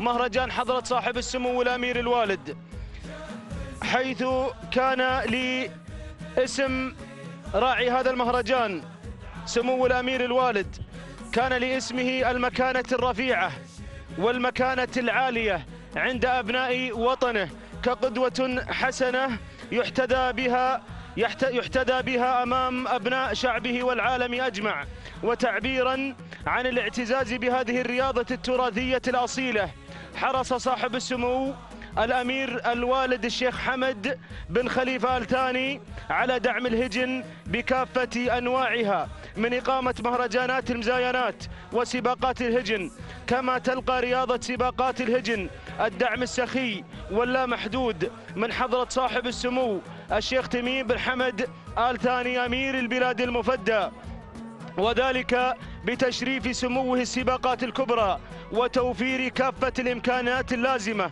لتأخذ هذه الرياضة مكانتها اللائقة، وتقديم الجوائز النقدية والعينية القيمة التي تعد الأفضل في منطقة الخليج. لقد كان لدعم صاحب السمو الأمير وصاحب السمو الأمير الوالد الفضل في التطور الكبير الذي يشهده عالم سباقات الهجن القطرية، والذي تقوم به اللجنة المنظمة لسباقات الهجن برئاسة سعادة الشيخ حمد بن جاسم بن فيصل آل ثاني، حتى أصبح ميدان الشحانية في مقدمة الميادين الخليجية. هكذا مشاهدينا الأعزاء ينطلق شوط الخنجر الذهبي والمليون ريال، انطلق هذا الشوط وانطلقت الآمال وانطلقت الطموحات، وأرحب في هذه اللحظات بالزميل مطلق العنزي معلقا واصفا أحداث ومنافسات شوط الخنجر والمليون. بسم الله الرحمن الرحيم. أيها الإخوة المتابعون مشاهدينا الكرام في كل مكان، أسعد الله مساءكم جميعا بكل خير. أحييكم وأرحب بحضراتكم في هذا اليوم الخاص والاستثنائي الكبير، وختام هذا المهرجان السنوي الكبير على سيف حضرة صاحب السمو الأمير الوالد الشيخ حمد بن خليفة آل ثاني يحفظه الله ويرعاه. نتابع هذه الانطلاقة الأولى المسائية الذهبية في هذا اليوم، شوط رئيسي أول انطلق على بركة الله قبل لحظات.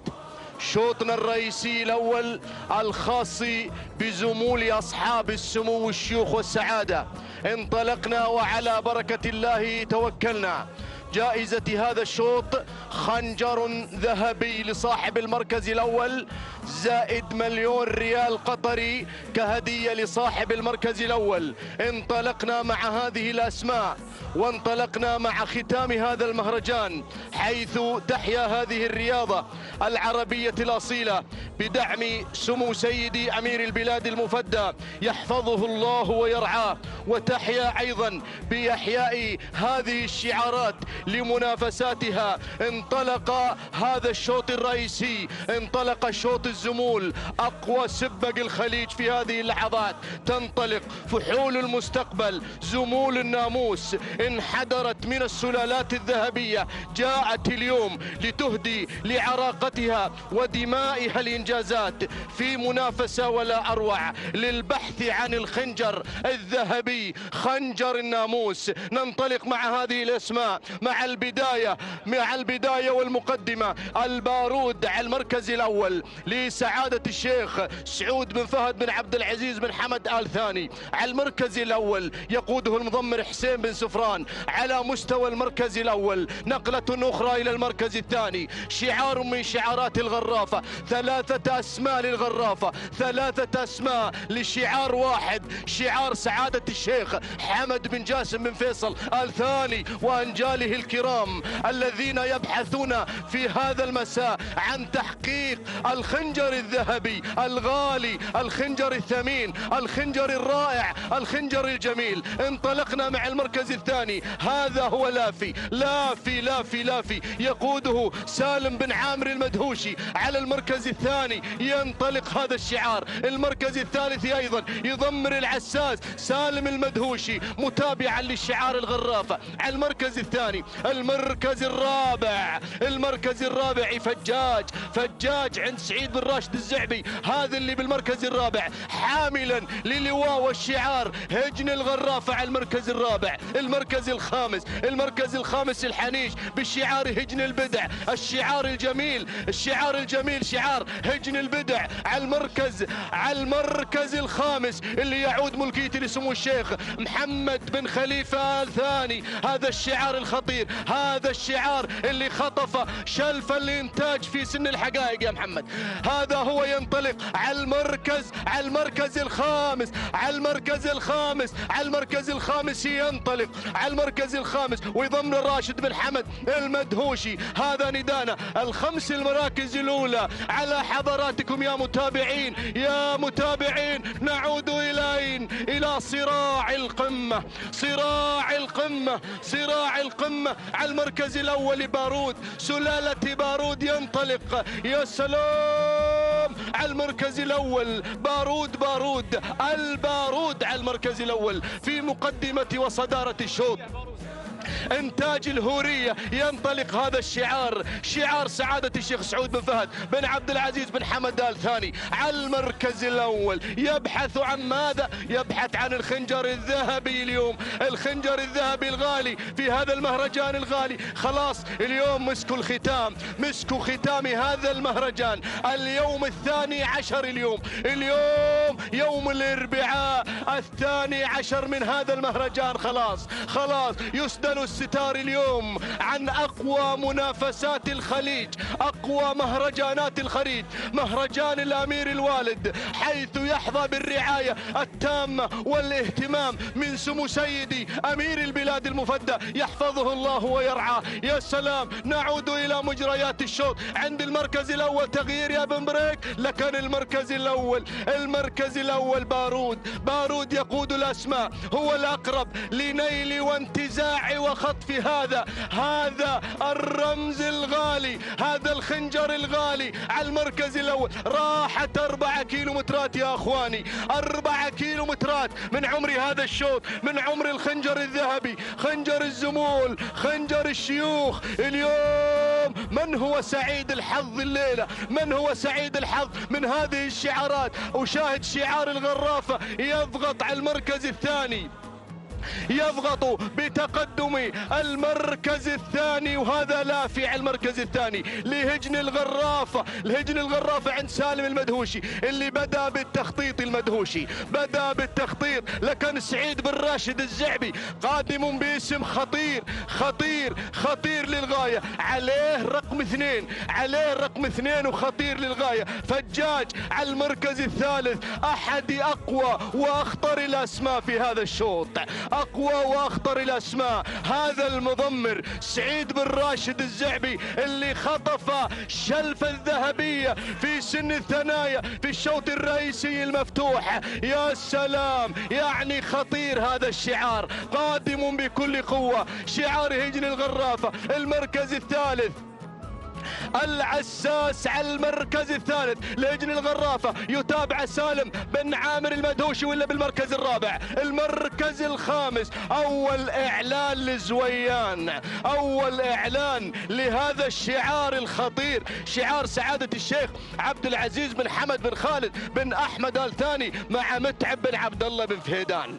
المضمر الخطير أيضا يبحث عن ماذا؟ يبحث عن الخنجر، عن الخنجر الذهبي. خلاص أعلنت لحضراتكم أيها الإخوة المتابعون، مشاهدي قناة الريان على الهواء مباشرة، مشاهدي أيضا قنوات الدوري والكاس، القناة الرابعة. يا سلام، نعود إلى أين؟ إلى الخنجر، إلى الخنجر، إلى الخنجر يا بن سفران. يا له من ناموس يا بن سفران الليلة، يا له من ناموس. إن حصل بارود على الخنجر، إن حصل بارود على الخنجر الليلة ناموس ولا أروع ولا أروع. لكن الغرافة قادمة، الغرافة قادمة باسمين خطيرين ذهبيين. قادمها الغرافة على المركز الثاني وعلى المركز الثالث عند المدهوشي وعند الزعبي. الله يعينك يا بن سفران، الله يعينك على هذا الشوط. يا له من حمل ثقيل على بن سفران يقود الأسماء. المركز الرابع، المركز الرابع زويان لسعادة الشيخ عبد العزيز بن حمد بن خالد بن أحمد آل ثاني، يتابع متعب بن فهيدان اللي تقدم، بدأ يقلص المسافة بينه وبين بارود. المركز الخامس، المركز الخامس، مرحبا بالنحاوي وبشعار النحاوي على المركز الخامس. النحاوي هذا حامل اللقب في مهرجان المؤسس. يا سلام، يعني وصل الخطر يا بن سفران على المركز، على المركز الخامس، على المركز الخامس بشعار هجن المرقاب عند سعود بن علي بالوحوش اللي يتحدى في مساء البارحة، يتحدى في برنامج الحصيلة تحديدا هذا المضمر. تابعت لقاء سعود بالوحوش يتحدى سالم بن عامر المدهوشي، ولكن حسين بن سفران لا تعليق يا بن سفران، لا تعليق. المركز الأول الخنجر الذهبي راح راح راح. اقتربنا يا بن بريك، اقتربنا من الخنجر الذهبي. اقترب بارود من الخنجر الذهبي، اقترب من الخنجر الذهبي، اقترب من الخنجر الذهبي من الشوط الرئيسي الأول الخاص بزمول أصحاب السمو الشيوخ والسعادة. ينطلق بارود على المركز الأول، عصاته ببطانة، عصاته ببطانة يا بن سفران. لا تستعجل، لا تستعجل، الخنجر غالي، ما تريد المركز الثاني، تبغي الخنجر وإلا فلا. عصاته ببطانة، الله، الخنجر، الخنجر يا اخواني، الخنجر، الخنجر. لوحة الاعلان، لوحة الاعلان، الكيلومتر الاخير. الله، الحين روح يا بن سفران، روح الى الناموس يا بن سفران. خلاص خلاص، اما الخنجر والا فلا، والا فلا، والا فلا. الله، الهورية تحتفل يا اخواني، تحتفل الهورية، الهورية تحتفل، تحتفل، تحتفل مع بارود. خلوه على كيفه، خلوه على كيفه. ما يحب الزحمة بارود، والله العظيم ما يحب الزحمة بارود. بارود بارود بارود بارود. أرى وأتابع وكأني أرى سعادة الشيخ فهد بن عبد العزيز بن حمد آل ثاني يتابع من هناك على الهواء مباشرة. افرح افرح افرح افرح افرح افرح. الله، والله العظيم قادم، قادم هذا الشعار الخطير. زويان، زويان قادم، زويان قادم. اللحظات الحاسمة، الخنجر الذهبي، الخنجر الذهبي، الذهبي، الذهبي يا بن سفران. لا يروح الذهب يا بن سفران. اللحظات الحاسمة، 200 متر، أخيرة أخيرة. الهورية، الهورية إلى الريان. حيوا يا أخواني، حيوا حيوا حيوا حيوا حيوا حيوا. الخنجر الذهبي، الخنجر الذهبي مع بارود، مع مع سعادة الشيخ سعود بن فهد بن عبد العزيز آل ثاني. افرح يا ابو فهد، افرح بالخنجر الذهبي، افرح يا بن سفران، الخنجر الذهبي خذاه بارود. تهانينا والناموس لداعمي ومالك هذا الشعار الكبير سعادة الشيخ فهد بن عبد العزيز آل ثاني على فوز بارود بالخنجر الذهبي وحصوله على شوط رئيسي في مهرجان غالي مثل هذا المهرجان، مهرجان الأمير الوالد. خذ الخنجر بارود. تهانينا والناموس لسعادة الشيخ سعود بن فهد بن عبد العزيز آل ثاني، وتهنئة خاصة للمضمر بن سفران. تهانينا والناموس. المركز الثاني زوية لسعادة الشيخ عبد العزيز بن حمد بن خالد بن أحمد آل ثاني. المركز الثالث محتال هجن الغرافة. المركز الرابع رداد لسعادة الشيخ محمد بن جاسم بن عبد العزيز آل ثاني. المركز الخامس نمبر 1 بالمركز الخامس العابر لهجن الغرافة. متابعينا مشاهدينا الكرام، ناموس ولا أروع يتسجل ويهدى على الهواء مباشرة لسعادة الشيخ فهد بن عبد العزيز بن حمد آل ثاني على فوز البارود. وشوفوا وتابعوا أيها الأخوة المتابعون، سعادة الشيخ سعود بن فهد بن عبد العزيز آل ثاني يتلقى التهاني بفوز بارود حصوله على الخنجر. تهنئة يا أبو فهد على الهواء مباشرة. تهانينا والناموس على فوزه بالمركز الأول وحصوله على الناموس هذا الشوط والخنجر الذهبي. 12 دقيقة 30 ثانية 19 جزءا من الثانية توقيت بارود. تهنئة على الهواء مباشرة لسعادة الشيخ داعم هذا الشعار سعادة الشيخ فهد بن عبد العزيز بن حمد آل ثاني، وتهنئة لسعادة الشيخ سعود بن فهد بن عبد العزيز بن حمد آل ثاني والمضمر حسين بن سفران الذي قاده بكل ثقة في شوط رئيسي حساس. والله يستحق الناموس. المركز الثاني هذا اللي ما قصر. 12 دقيقة 32 ثانية 85 جزء من الثانية زوية لسعادة الشيخ عبد العزيز بن حمد بن خالد بن أحمد آل ثاني مع المضمر متعب بن عبد الله بن راشد بن فهيدان. تهانينا والناموس. المركز الثالث رقم 5 محتال هجن الغرافة في قيادة المضمر سالم بن عامر المدهوشي. التوقيت الزمني 12 دقيقة 39 ثانية 40 جزءا من الثانية. تهانينا والناموس للجميع. متابعينا مشاهدينا الكرام، تهنئة رئيسية مني أزفها لسعادة الشيخ داعم هذا الشعار سعادة الشيخ فهد بن عبد العزيز بن حمد آل ثاني الذي يتابع على الهواء مباشرة فوز البارود في هذا المساء، مهديا عشاقي هذا الشعار ومهديا الريان وإنتاج الهورية هذا الناموس المساء الرئيسي. خنجر ذهبي يسجل مع شعار سعادته. تهنئة على فوز بارود بالمركز الأول وحصوله على الخنجر الذهبي، وتهنئة للمضمر حسين بن محمد بن سفران الذي قاده بكل ثقة. متابعينا مشاهدينا الكرام، أشواط رموز هذا المساء انتهى الشوط الذهبي وبدأنا في شوط الأشواط. الخنجر الفضي بالإضافة إلى 1,500,000 ريال قطري كهدية لصاحب المركز الأول، جوائز نقدية قيمة إلى المركز الخامس. ويسرني في هذه اللحظات أن أنقل الميكروفون لأخي الأستاذ محمد بن بريك المري. شكرا للزميل والأستاذ مطلق العتيبي. متواصلين مطلق العنزي متواصلين مشاهدينا الأعزاء أيها الحفل الكريم، حيث ينطلق في هذه اللحظات شوط الخنجر الفضي و1,500,000 ريال. بسم الله نبدأ وعليه نتوكل، ومنه سبحانه وتعالى نطلب التوفيق والسداد والنجاح. اليوم هو أسعد أيامنا، اليوم هو يوم عيد حقيقي، الكل سعيد الكل فرحان. يوم من أفضل أيام أهل الشحانية وأهل قطر جميعا يحصدون اليوم ما زرعه أميرنا الهمام من دعم وحب لهذه الرياضة العريقة، رياضة آبائنا، رياضة أجدادنا. أحبها أميرنا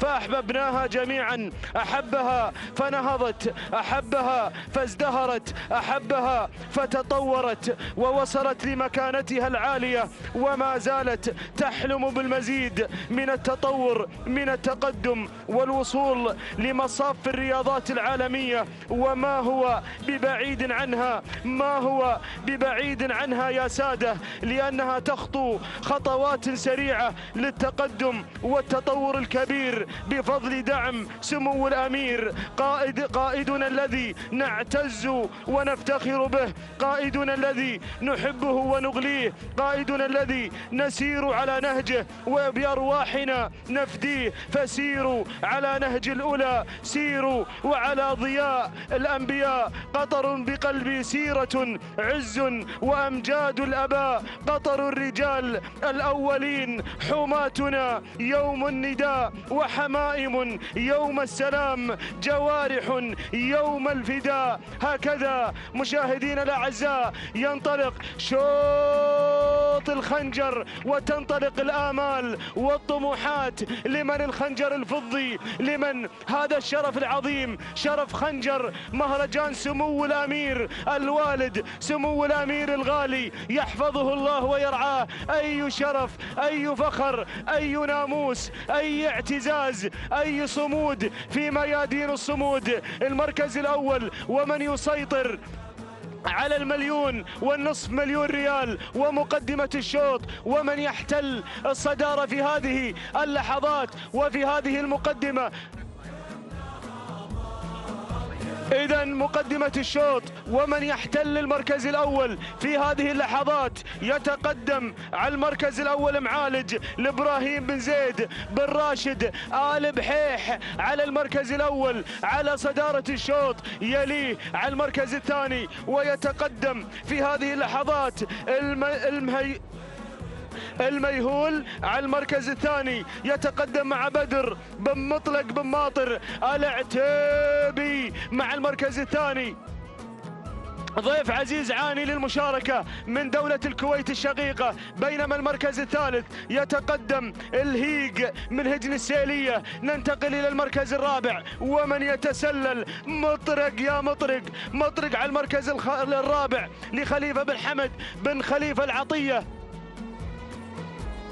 مطرق على المركز الرابع. بينما دور المركز الخامس ومن يتقدم عز، يصل عز عبد الله بن حمد بن علي العطية مع المركز الخامس. هذا هو نداءنا، 1.5 مليون يا جماهيرنا الأعزاء. أيها الحفل الكريم والخنجر الفضي لمن لمن لمن لمن من هؤلاء العمالقة، لمن من هؤلاء الملاك، لمن من هؤلاء المضمرين. أي شرف سيكتب بحروف من ذهب في هذا المساء، في هذا المساء التاريخي. الله، خنجر الزمول المفتوح ذهب مع راعي الخنجر شعار سعادة الشيخ فهد بن عبد العزيز بن حمد آل ثاني. تهانينا القلبية نزفها على الهواء مباشرة لسعادة الشيخ فهد بن عبد العزيز آل ثاني ولأنجاله الكرام سعادة الشيخ سعود بن عبد العزيز بن فهد وسعادة الشيخ عبد العزيز بن فهد آل ثاني، وإلى منطقة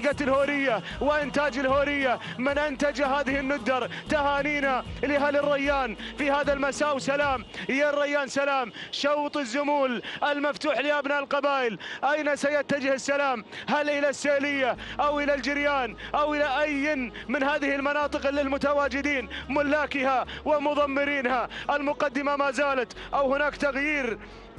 الميهول غير، أبناء الكويت خطفوا المقدمة، خطفوا الخنجر الفضي، خطفوا 1.5 مليون. الله، يا سلام يا سلام. إذا إن فاز الميهول فسينتقل السلام يا بسام عبر الخطوط الجوية الكويتية إلى الكويت، إلى الأحمدي وإلى إلى الصباحية وإلى أهل الكويت كافة في هذا المساء. ممثل أبناء الكويت، الله يا سلام. الميهول بدر بن مطلق بن ماطر العتيبي مع المركز الأول، مع صدارة الشوط، مع المقدمة، مع الخنجر، مع هذا الرقص الكويتي على الكادر الفوقاني. يا سلام يا سلام يا سلام، يمثل أبناء ميدان الشهيد. خير تمثيل خير تمثيل، مشاركة خليجية خارجية لمالك هذا الشعار، لمالك الميهول بدر بن مطلق بن ماطر العتيبي. حكم أعصابك يا بدر، حكمها يا أخوي. خنجر فضي بالانتظار، ومليون ونصف المليون بالانتظار. ما زال الميهول على المركز الأول، ما زال مع الخنجر الفضي مع المليون ونصف المليون. بينما المركز الثاني يصل معالج إبراهيم بن زيد بن راشد آل بحيح. الخنجر والله اللي عالج يا إبراهيم، الفوز بالخنجر هو اللي عالج الهموم، هو اللي عالج الغموم، هو اللي عالج مشاكل أهل الهجن. الله يا سلام يا سلام. فحول المستقبل، بنوك الإنتاج سيدخل هذا الزمل وهذا البعير التاريخ من أوسع أبوابه، بيفحلونه وأيضا بينوخون له أبو سعد، وأيضا بيقدرونه الفائز في هذا المساء. سيكون له تقدير، وفي رصيده أيضا رمز يضاف إلى سجله الحافل بالإنجازات. المركز الثاني معالج، المركز الثالث يصل مطرق مطرق مطرق. يا سلام، شعار الجريان القادم بكل قوة. خليفة بن حمد بن خليفة العطية مع مطرق، شعار الجريان. بينما دور المركز الرابع، الشعار السيلاوي يتقدم، يتسلل الشعار السيلاوي في هذه اللحظات على المركز الرابع. على المركز الرابع يتقدم مع جزام. على الكادر التحتاني يصل في هذه اللحظات رداد، يتقدم رداد سيف بن محمد بن زايد الخيارين. بينما المركز الخامس، ومن يتقدم على المركز الخامس في هذه اللحظات يصل الهيق هجن السيلية، وحصل دخول في هذه اللحظات وتسلل من الباز عبد الله بن خالد بن ناصر الحميدي. وصلوا هل صنيع الحميدي، هل الشمال قادمين. يلا يا ابو ناصر، يلا يا ابو ناصر. اشوف السيل القادم من الزمول، السيل قادم وهادر من الزمول. يا سلام يا الخنجر الفضي، يا سلام. اقوى اشواط الزمول في المهرجان لهجن ابناء القبائل في يوم الختام، في مسك الختام لمن الخنجر الفضي في هذا المساء. الله، يبدو بان الخنجر يتجه مشاهدينا الاعزاء في هذه اللحظات، يتجه اتجاه صحيح إلى أشقائنا في دولة الكويت الشقيقة، في دولة الكويت الحبيبة، في دولة الكويت العزيزة. حافظ يا راعي الميهول على الخنجر الفضي. بدر بن مطلق العتيبي مع المركز الأول، مع صدارة الشوط. طار بالخنجر مع ال3 كيلومترات المتبقيات، الحاسمات الأخيرات التي تفصلنا عن بطل الشوط، عن بطل الشوط. أنت تريد يا العتيبي وهم يريدون، والله سبحانه وتعالى يفعل ويشاء ما يريد لمن الخنجر. سبحانك يا علام الغيوب، سبحانك يا علام الغيوب. لمن سيكتب الخنجر الفضي الليلة؟ هل لمالك الميهول؟ هل لمالك الميهول؟ هل لضيفنا العاني العاني العاني للمشاركة من دولة الكويت الشقيقة؟ الله يا سلام. كيلو وين عن الخنجر الفضي، كيلو وين عن الناموس، كيلو وين عن الانتصار، كيلو وين عن الفوز. المركز الثاني ينطلق معالج إبراهيم بن زيد بن راشد آل بحيح مع المركز الثاني. شعار الجريان مع المركز الثالث مطرق خليفة بن حمد بن خليفة العطية. الشعار السيلاوي قادم بجماهيره، بإنجازاته، بانتصاراته. شعار اللورد قادم، عبد الله بن سعيد العيدة قادم مع الشعار السيلاوي، شعار هجن السيلية. مع المركز الرابع، مع الرابع العديد أعدوه للخنجر، أعدوه للمعركة في هذا المساء. هذا هو العديد، ينطلق بآمال الشعار السيلاوي. بينما المركز الخامس يصل شعار تأثير، يصل شعار رسمية. يبغى الرمز الثالث رداد، يصل رداد، يتقدم لسيف محمد بن زايد الخيارين مع المركز الخامس. عودتنا إلى مقدمة الشوط، عودتنا إلى مقدمة الشوط. الخنجر إلى أين؟ هل يمسي في الشحانية أم يقادر الحدود؟ إلى أبناء ميدان الشهيد فهد الأحمد الجابر الصباح في هذا المساء مع أبناء ميدان الشهيد، مع أشقائنا من الكويت. الله يا الخنجر، اقتربنا من المنصة الرئيسية واقتربت الخنجر. ما زال الميهول على المركز الأول، بدر بن مطلق بن ماطر العتيبي. الشعار السيلاوي قادم العديد، واصل العديد، والشعار الجريان قادم مع خليفة بن حمد بن خليفة العطية. وصلت الزمول، يلا يلا يلا يا راعي الميهول، روح للخنجر، ولكن العديد عدوه للرمز، عدوه للخنجر. الشعار السيلاوي يظفر حتى هذه اللحظات بالخنجر المفتوح. الشعار السيلاوي اللورد كعادة هذا المشاغب، كعادة هذا المشاكس عبد الله بن سعيد العيدة. الخنجر الفضي مع العديد، ولكن يصل مطرق، يصل خليفة بن حمد بن خليفة العطية على المركز الثاني. المركز الثالث الانطلاق من العابر، عبر العابر وهباش، رداد هباش، ولكن العديد بن مقارح علي بن حمد بن مقارح مع المركز الثاني. هباش، ولكن العديد العابر يلاحق هباش. العيدة اللورد وبن مقارح والعيدة. المعركة على الخنجر، المليون ونص. هبش الخنجر علي بن حمد بن مقارح. يا سلام، مع الخنجر الفضي علي بن حمد بن مقارح غادر بالخنجر. هبش الخنجر الفضي مع هباش. سلام يا هباش، سلام يا هباش، سلام. تهانينا والناموس لعلي بن حمد بن راشد بن مقارح على انتزاع الخنجر الفضي في أقوى أشواط الزمول، وعلى انتزاع 1.5 مليون. تهانينا القلبية لعلي بن حمد بن مقارح على انتزاع هباش للرمز الغالي في المهرجان الغالي. المركز الثاني وصل رداد سيف بن محمد بن زايد الخيارين.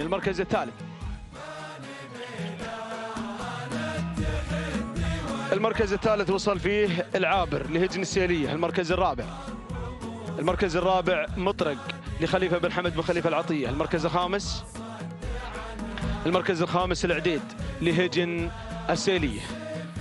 إذن تهانينا والناموس لمالك هباش من انتزع الخنجر الفضي المفتوح في هذا الشوط المفتوح، أقوى أشواط الزمول في هذا المهرجان لهجن أبناء القبائل.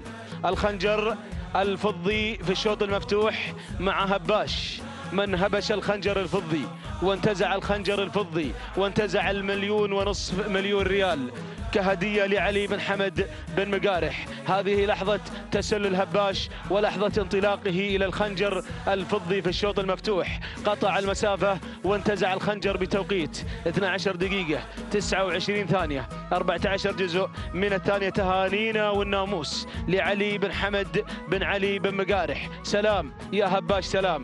المركز الثاني وصل في المركز الثاني رداد، قطع المسافة في 12 دقيقة 32 ثانية 92 جزء من الثانية. التهاني والناموس لسيف بن محمد بن زايد الخيارين. المركز الثالث وصل العابر، قطع المسافة في 12 دقيقة 33 ثانية بالوفاء والتمام. تهانينا لهجن السيلية على فوز العابر، والتهاني لمالك هجن السيلية اللورد عبد الله بن سعيد العيدة. تهانينا والناموس.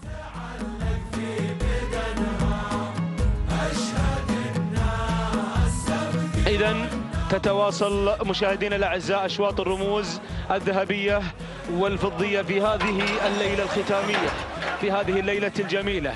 وينطلق في هذه اللحظات شوط الخنجر الذهبي للزمول العمانيات لهجن أصحاب السمو والسعادة الشيوخ. وأرحب بالزميل إضافة إلى الخنجر الذهبي هناك جائزة عينية قيمة سيارة رينج روفر سبورت بانتظار الفائز بالخنجر وبالمركز الأول. وأرحب بالزميل شجاع العتيبي.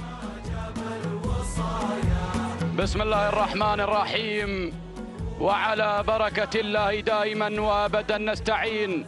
أيها الحفل الكريم متابعينا مشاهدينا الكرام، أسعد الله مساكم وجميع أوقاتكم بكل خير. أحييكم بتحية الإسلام، فسلام من الله عليكم ورحمته تعالى وبركاته. من هنا من على أرضية هذا الميدان، ميدان التحدي، ميدان الشحانية، في هذا المهرجان السنوي لسباقات الهجن العربية الأصيلة، على سيف صاحب السمو الأمير الوالد الشيخ حمد بن خليفة الثاني يحفظه الله ويرعاه. متابعينا الكرام، انطلق شوطنا الثالث للزمول العمانيات.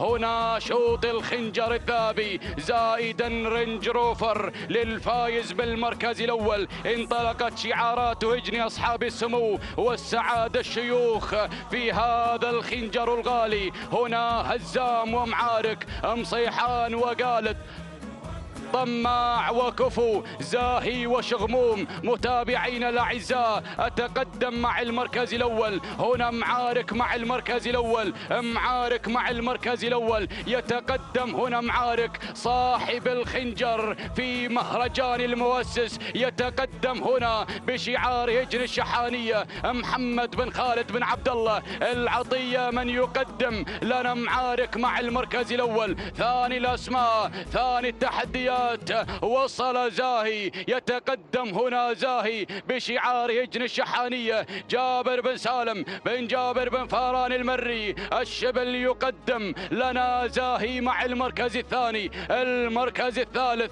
وصل مصيحان على ثالث الاسماء هجن الشحانية محمد بن خالد بن عبد الله العطية. يتقدم مع مصيحان، ولكن التغيير من قبل شغموم مع المركز الرابع. يغير إلى المركز الثالث هجن الشحانية جابر بن سالم بن جابر بن فاران. يتقدم الشبل في هذه اللحظات مع شغموم. المركز الخامس متابعينا مشاهدينا الكرام، أرى هزام مع المركز الخامس هجن الشحانية محمد بن خالد بن عبد الله العطية من يقدم لنا هزام المشاغب في التضمير. يتقدم في هذه اللحظات. هكذا كانت النتيجة متابعينا مشاهدينا الكرام للخمسة المراكز المتقدمة، للخمسة الأسماء المتصدرة. هنا الشعار الأدعم يتحكم بالمراكز، يتحكم بهذه الانطلاقات الكبيرة. أعود مع المركز الأول، أعود مع معارك، أعود مع معارك، أعود مع المرشح الأقوى. هنا معارك هجن الشحانية محمد بن خالد بن عبد الله العطية من يتقدم. هنا المشاغب في التضمير من يشاغب في هذه اللحظات مع معارك المرشح، ولكن وصل زاهي، وصل زاهي، وصل مع المركز الثاني هجن الشحانية جابر بن سالم بن فاران المري. يقدم لنا زاهي. هنا الشبل في هذه اللحظات بهذا الانطلاق الكبير. المركز الثالث متابعينا الكرام، هنا شغموم مع المركز الثالث هجن الشحانية جابر بن سالم بن فاران المري. يقدم لنا شغموم مع المركز الثالث. المركز الرابع وصل متابعينا الكرام. المركز الرابع يتقدم. هنا مصيحان مع المركز الرابع هجن الشحانية محمد بن خالد بن عبد الله العطية. يتقدم هنا أبو خالد على المركز الرابع يشاغب المشاغب. هنا المشاغبات يا المشاغب في هذا المساء. إنه مساء الرموز، إنه مساء الذهب. المركز الخامس وصل هزام، وصل هزام هجن الشحانية محمد بن خالد بن عبد الله العطية من يقدم لنا هزام في هذه اللحظات مع المركز الخامس. ولكن أيها الحفل الكريم، أيها المتابعين والمستمعين أينما كنتم، هنالك معارك في شوط المعارك يتقدم معارك بالشعار الأدعم هجن الشحانية محمد بن خالد بن عبد الله العطية أبو خالد. هنا المشاغب في المركز الأول يتقدم هنا مع المرشح، يتقدم هنا مع صاحب الخنجر في مهرجان المؤسس باحثا عن الخنجر الثاني، يتقدم بهذا الشعار المميز. المركز الثاني وصل زاهي على ثاني الأسماء هنا بشعار هجن الشحانية جابر بن سالم بن جابر بن فاران يتقدم مع المركز الثاني. هنا مع المركز الثالث وصل متابعين الكرام شغموم مع المركز الثالث هجن الشحانية جابر بن سالم بن فاران المري الشبل يتقدم مع المركز الثاني والثالث بهذا الانطلاقات وبهذا التضمير بالشعار الأدعم شعار هجن الشحانية. هنا في شوط العمانيات، هنا في التحديات والإثارة 4 كيلومترات انتصفنا المسافة، باقي 4 كيلومترات عن خط النهاية عن الخنجر الذهبي زايدا رينج روفر فوج.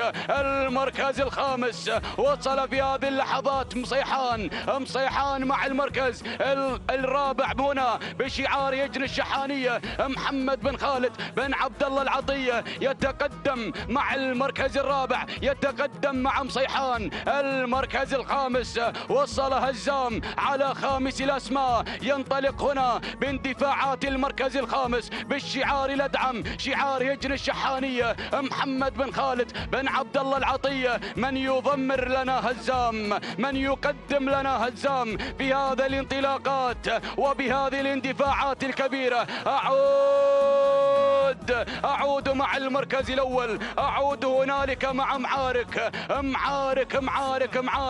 هنا صاحب الخنجر، هنا المرشح الأقوى المصنف لاختطاف هذا الشوط يتقدم هنا أبو خالد محمد بن خالد بن عبد الله العطية من يضمر لنا معارك على أول الأسماء بشعار هجن الشحانية. المركز الثاني زاهي مع المركز الثاني زاهي على ثاني الأسماء هنا بشعار هجن الشحانية جابر بن سالم بن فاران المري. 3 كيلومترات ما تبقى عن خط النهاية ومعارك لا زال متحكما بالبسار، متحكما بهذا الانطلاق الكبير هنا في شوط العمانيات، هنا بهذا الانطلاق المثير. الخنجر الذهبي يا أبو خالد يا المشاغب، الخنجر بالانتظار. هل سيكرر الإنجاز؟ هنا معارك الله أعلم. يتقدم بهذا الانطلاق الكبير المركز الثاني زاهي، المركز الثالث وصل شغموم هجن الشحانية جابر بن سالم بن جابر بن فاران يقدم لنا شغموم. هنا الشبل بهذا الاندفاع. المركز الرابع هنالك مع المركز الرابع يتقدم هنا مع المركز الرابع هنا مصيحان هجن الشحانية محمد بن خالد بن عبد الله العطية يقدم لنا مصيحان، وأيضا هزام يدفعه مع مصيحان بشعار هجن الشحانية محمد بن خالد بن عبد الله العطية. ولكن معارك في شوط المعركة. هنا المعركة يا المشاغب، هنا المعركة من أجل الخنجر الغالي، من أجل الخنجر الغالي. الخنجر الذهبي زاهي مع المركز الثاني وصل في هذه اللحظات بشعار هجن الشحانية مع الشبل جابر بن سالم بن فاران المري، وأيضا شغموم مع المركز الثالث، شغموم هجوم على ثالث الأسماء يتقدم بشعار هجن الشحانية، وأيضا مصيحان مع المركز الرابع، وهزام مع المركز الخامس. هنا بشعار هجن الشحانية مع محمد بن خالد بن عبد الله العطية. الله الله، الخنجر الذهبي، الخنجر الذهبي، خنجر العمانيات، خنجر العمانيات، زايد الرينج روفر فوج. الله يا معارك، معارك وزاهي، معارك وزاهي. 1500 1500 1500 100 على 100 يا المشاغب، 100 على 100. يتقدم هنا مع معارك في شوط العمانيات. هنا صاحب اللقب، صاحب اللقب يبحث عن اللقب، يبحث عن اللقب.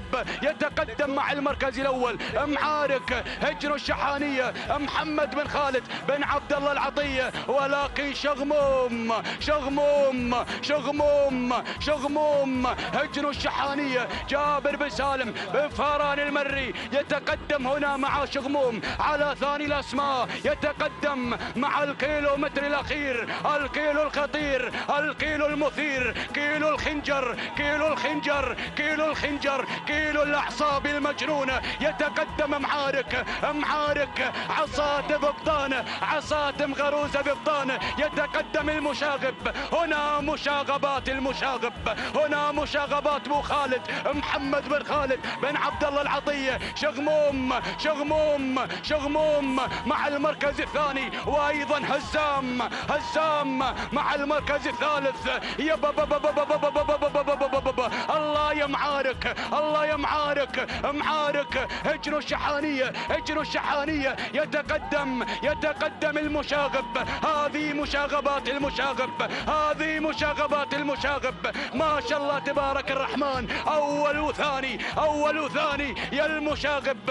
انه صاحب اللقب، انه صاحب اللقب. يكرر الانجاز، يكرر الخنجر الثاني، الخنجر الثاني مع معارك، مع معارك، مع معارك هجن الشحانية، هجن الشحانية، هجن الشحانية. محمد بن خالد بن عبد الله العطية. هزام، هزام ومعارك. الناموس لهجن الشحانية والمشاغب محمد بن خالد بن عبد الله العطية. الخنجر، الخنجر، الخنجر والرنج روفر مع معارك، مع معارك، مع معارك مع هجن الشحانية والمشاغب محمد بن خالد بن عبد الله العطية. من قدم لنا معارك، وايضا قدم لنا هزام مع المركز الثاني. تهانينا والناموس المركز الثالث. هنا شغموم هجن الشحانية جابر بن سالم بن فاران المري المركز الرابع. مصيحان هجن الشحانية المركز الخامس. كفو هجن الشحانية. إذا متابعينا مشاهدينا الكرام، هذا معارك وهذه إبداعات معارك. إنه صاحب الخنجر في مهرجان المؤسس، ويكرر الإنجاز تلو إنجاز، ويخطف الخنجر الثاني على التوالي في مهرجان الأمير الوالد. متابعين الكرام، شاهدنا معارك وشاهدنا هذا الشعار الأدعم، هذا الشعار الغالي، هذا الشعار الكبير والغني عن التعريف والمضمر المشاغب محمد بن خالد بن عبد الله العطية. من قدم لنا هنا معارك في هذه الانطلاقات المثيرة، في هذه الانطلاقات المميزة، وقدم لنا صاحب اللقب ويخطف اللقب مرة ثانية. سلام يا المشاغب، سلام. ومعارك هو صاحب اللقب وهو صاحب الكلمة في هذا الشوط. ومن قدم لنا معارك محمد بن خالد بن عبد الله العطية بشعار الأدعم، شعار هجن الشحانية. 12 دقيقة 23 ثانية 76 جزء من الثانية. تهانينا والناموس المركز الثاني، المركز الثاني هزام هجن الشحانية محمد بن خالد بن عبد الله العطية. 12 دقيقة 27 ثانية 55 جزء من الثانية. تهانينا والناموس المركز الثالث شغموم هجن الشحانية جابر بن سالم بن فاران المري. 12 دقيقة 34 ثانية 41 جزء من الثانية. تهانينا والناموس لمالك لهجن الشحانية على انتزاع معارك ومحمد بن خالد بن عبد الله العطية. وانقل الكلمة لمحمد العتيبي.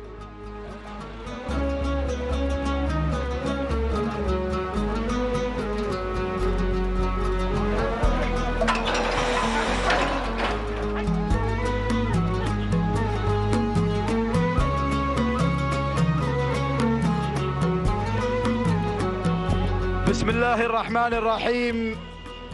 بسم الله نبدأ وبه نستعين ومنه دوما نطلب التوفيق والسداد والنجاح.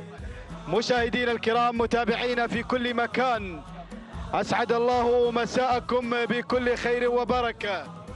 تتواصل منافسات هذه الأشواط الرئيسية في مسك ختام هذا المهرجان، مهرجان الأمير الوالد صاحب السمو الشيخ حمد بن خليفة آل ثاني يحفظه الله ويرعاه.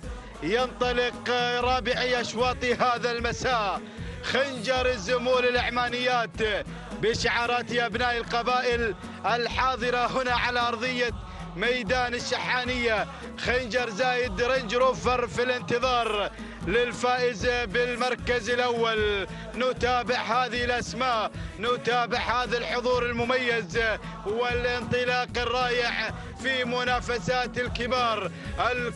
الكل عمل واجتهد بما عرف، والنفوس في هذا اليوم تشوقت لنيل الشرف، لنيل الناموس.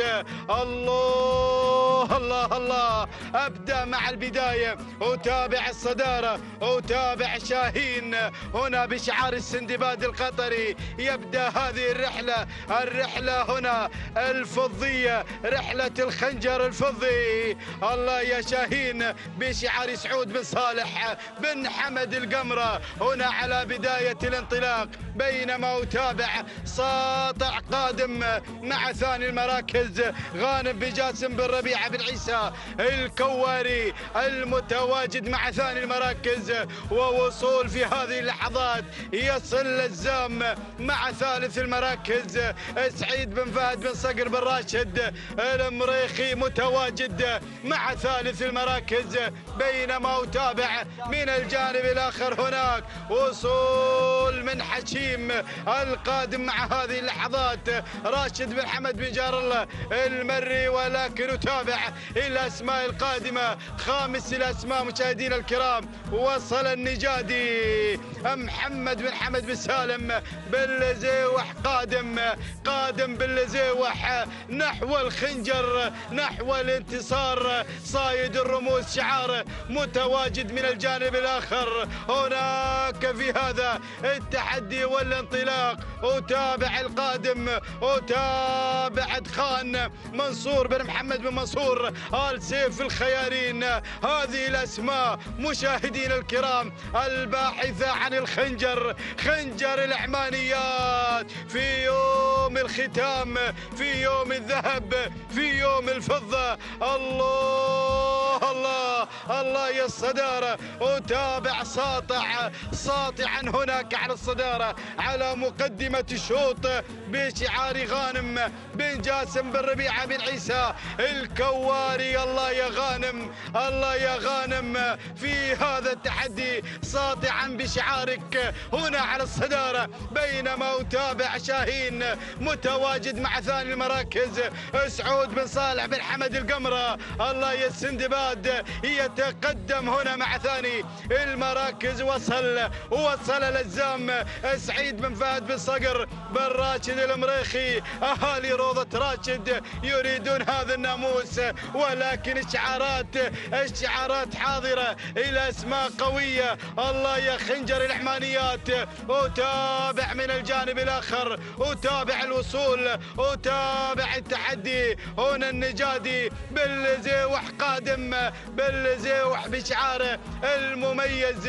يقدم النجادي محمد بن حمد بن سالم بالزيوح. ولكن أتابع هناك الله وصلت خان، وصل صايد الرموز.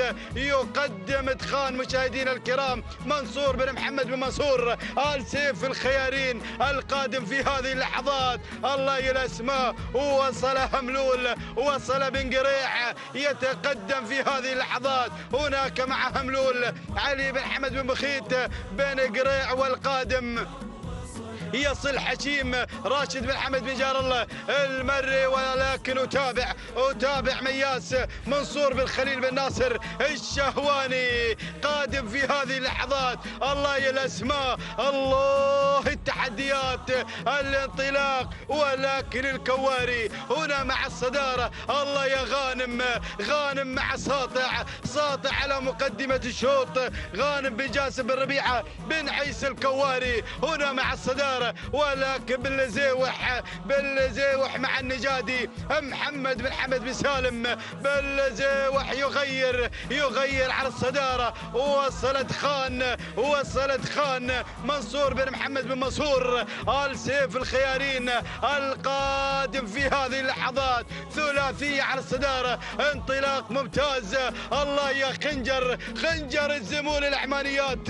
مشاهدينا الكرام هنا مع هذه التحديات، الله يا بن قريع شعار الامبراطور قادم هناك مع هملول علي بن حمد بن بخيت بن قريع. الله شعارات مميزة، شعارات تحديات قوية. وهنا أتابع لزام المريخي سعيد بن فهد بن صقر بن راشد المريخي قادم مع لزام.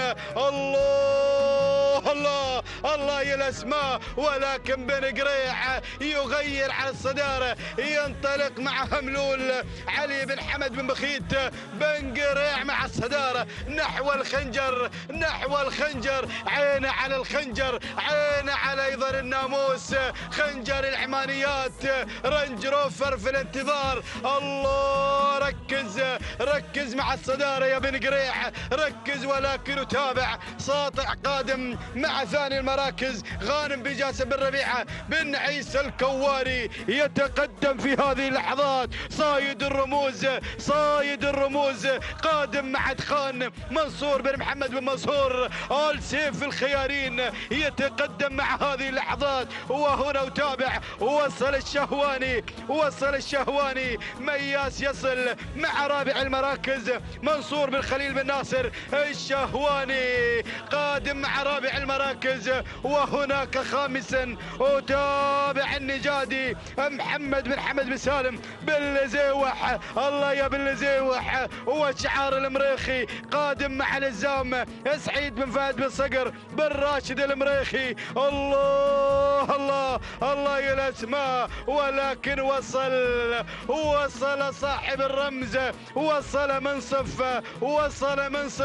وصلوا أبناء السلطنة. الله شعار المدهوشي، الاسم الخطير القادم هنا منصف سالم بن عامر بن راشد المدهوشي. الله يا الأسماء، بدأ الصراع، وصلت الأسماء القوية، وصلت الشعارات، وصل لفان، وصل بن مانعة يقدم لفان في هذه اللحظات. صالح بن سالم بن محمد بن مانعة يتقدم مع هذه اللحظات. الله اشتدت المعركة، هدير الزمول هناك مع بن قريع الامبراطور بشعاره يتقدم مع هملول علي بن حمد بن بخيت بن قريع مع الصدارة. الله يا ساطع قادم مع ثاني المراكز غانم بجاسم بن ربيعة بن عيسى الكواري. صايد الرموز قادم، وصلكم ادخان منصور بن محمد بن منصور آل سيف الخيارين الشهواني قادم مع مياس بن خليل يتقدم بشعاره، يقدم مياس منصور بن خليل بن ناصر الشهواني. الله يا المدهوشي، أهالي السلطنة يريدون الخنجر. الله منصف يا المدهوشي صاحب الرمز الغالي في سباق المؤسس يحضر في هذه اللحظات. وصل منصف سالم بن عامر بن راشد المدهوشي قادم. الله بدأنا بالاقتراب، والصدارة ثلاثية هملول ودخان وساطع. الله اشتدت المعركة، الكل قادم نحو الخنجر الغالي، خنجر الزمول العمانيات هنا مع ساطع على المركز الأول. ادخان هناك من الجانب الآخر هملول بن قريع، ولكن صايد الرموز من العمق يتسلل يغير على الصدارة. الله يا الصدارة، الله يا دخان مشاهدينا الكرام بشعار صايد الرموز يغير على الصدارة منصور بن محمد بن منصور السيف الخيارين. الله ركز يا غانم، ركز مع هذا التقدم هنا بهذا الأداء الممتاز. بدأ الهجوم الكل قادم مشاهدينا الكرام. بانت المنصة الخنجر. الله يا الجماهير المتابعين العشاق. الله هنا مع دخان على الصدارة على مقدمة الشوط صايد الرموز، ولكن أهالي السلطنة قادمين بشعار المدهوشي. وصل منصف سالم بن عامر بن راشد المدهوشي. الله يا القادم وتابع التقدم من الجانب الآخر. وصل مياس بن شابل قادم في هذه اللحظات. عاد الشهواني، عاد بن خليل، عاد في هذه اللحظات مع الكيلومتر الأخير. الله صايد الرموز أهالي السلطنة المدهوشي. هناك بن شابل قادم مع مياس بن خليل مع مياس. الله صايد الرموز مع الخنجر أهالي السلطنة المدهوشي مع منصف صاحب اللقب يكرر الإنجاز. الله منصف مع الصدارة. الله يا المدهوشي غادر الخنجر، غادر لأهالي السلطنة بشعار المدهوشي مع منصف سالم بن عامر بن راشد بن سعيد المدهوشي. أهالي السلطنة ولكن عاد صايد الرموز القادم مع ثاني المراكز مع دخان منصوف. أيضا هنا الخنجر العمانية. الله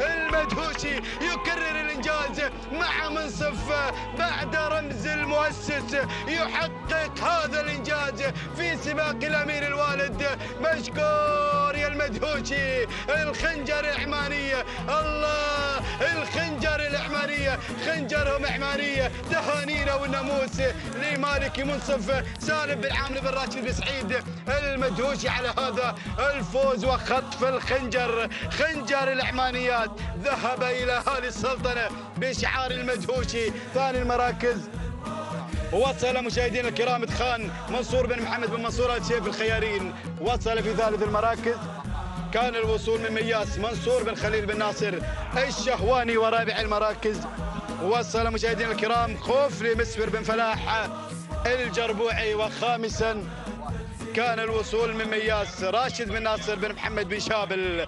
هكذا كانت النتيجة مشاهدينا الكرام. خنجر العمانيات ذهب مع منصف، ذهب إلى أهالي السلطنة، حققوا هذا الإنجاز، حققوا هذا الانتصار بشعار المدهوشي للمرة الثانية على التوالي. تهانينا والناموس لسالم بن عامر بن راشد المدهوشي على خطف الخنجر. الخنجر ذهبت مع منصف في شوط العمانيات. واسعد الله مساكم يا اهالي السلطنه على هذا الفوز والانتصار. نتابع منصف مشاهدينا الكرام كما تشاهدون عبر قناه الريان هنا مع لحظات الوصول، لحظات الفوز وخطف الخنجر هنا مع منصف ب 12 دقيقه 31 ثانيه و30 جزء من الثاني. تهانينا والناموس لسالم بن عامر بن راشد المدهوشي على هذا الفوز والانتصار. وصلت خان في ثاني المراكز ب 12 دقيقة 33 ثانية 16 جزء من الثانية. تهانينا والناموس لمنصور بن محمد بن منصور السيف الخيارين. بينما وصل في ثالث المراكز كان الوصول مشاهدينا الكرام من مياس ب 12 دقيقة 34 ثانية 34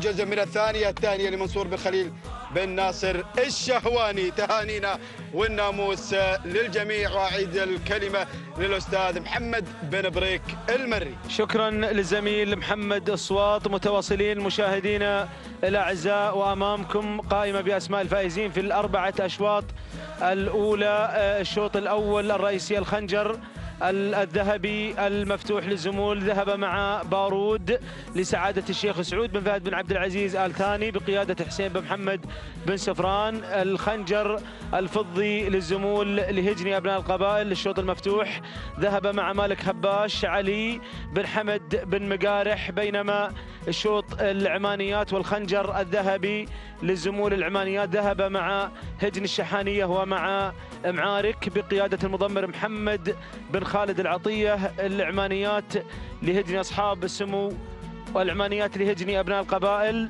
والخنجر الفضي ذهب مع أبناء السلطنة منصف وسالم بن عامر المدهوشي. إذن حتى الملتقى مشاهدينا الأعزاء في تمام الساعة 3:30 من ظهيرة أو من عصر هذا اليوم سنلتقي مع أشواط الحيل والسيوف الخناجر، الشلف الفضية والذهبية والسيف الذهبي والفضي. الانطلاقة ستكون بإذن الله في تمام الساعة 3:30، ولكن فاصل قصير ويتواصل زميلي سالم بن ثامر القحطاني وضيوف الكرام في الاستوديو التحليلي، وبعد ذلك الانطلاقات في تمام الساعة 3:30 عصرا. نتمنى التوفيق للجميع.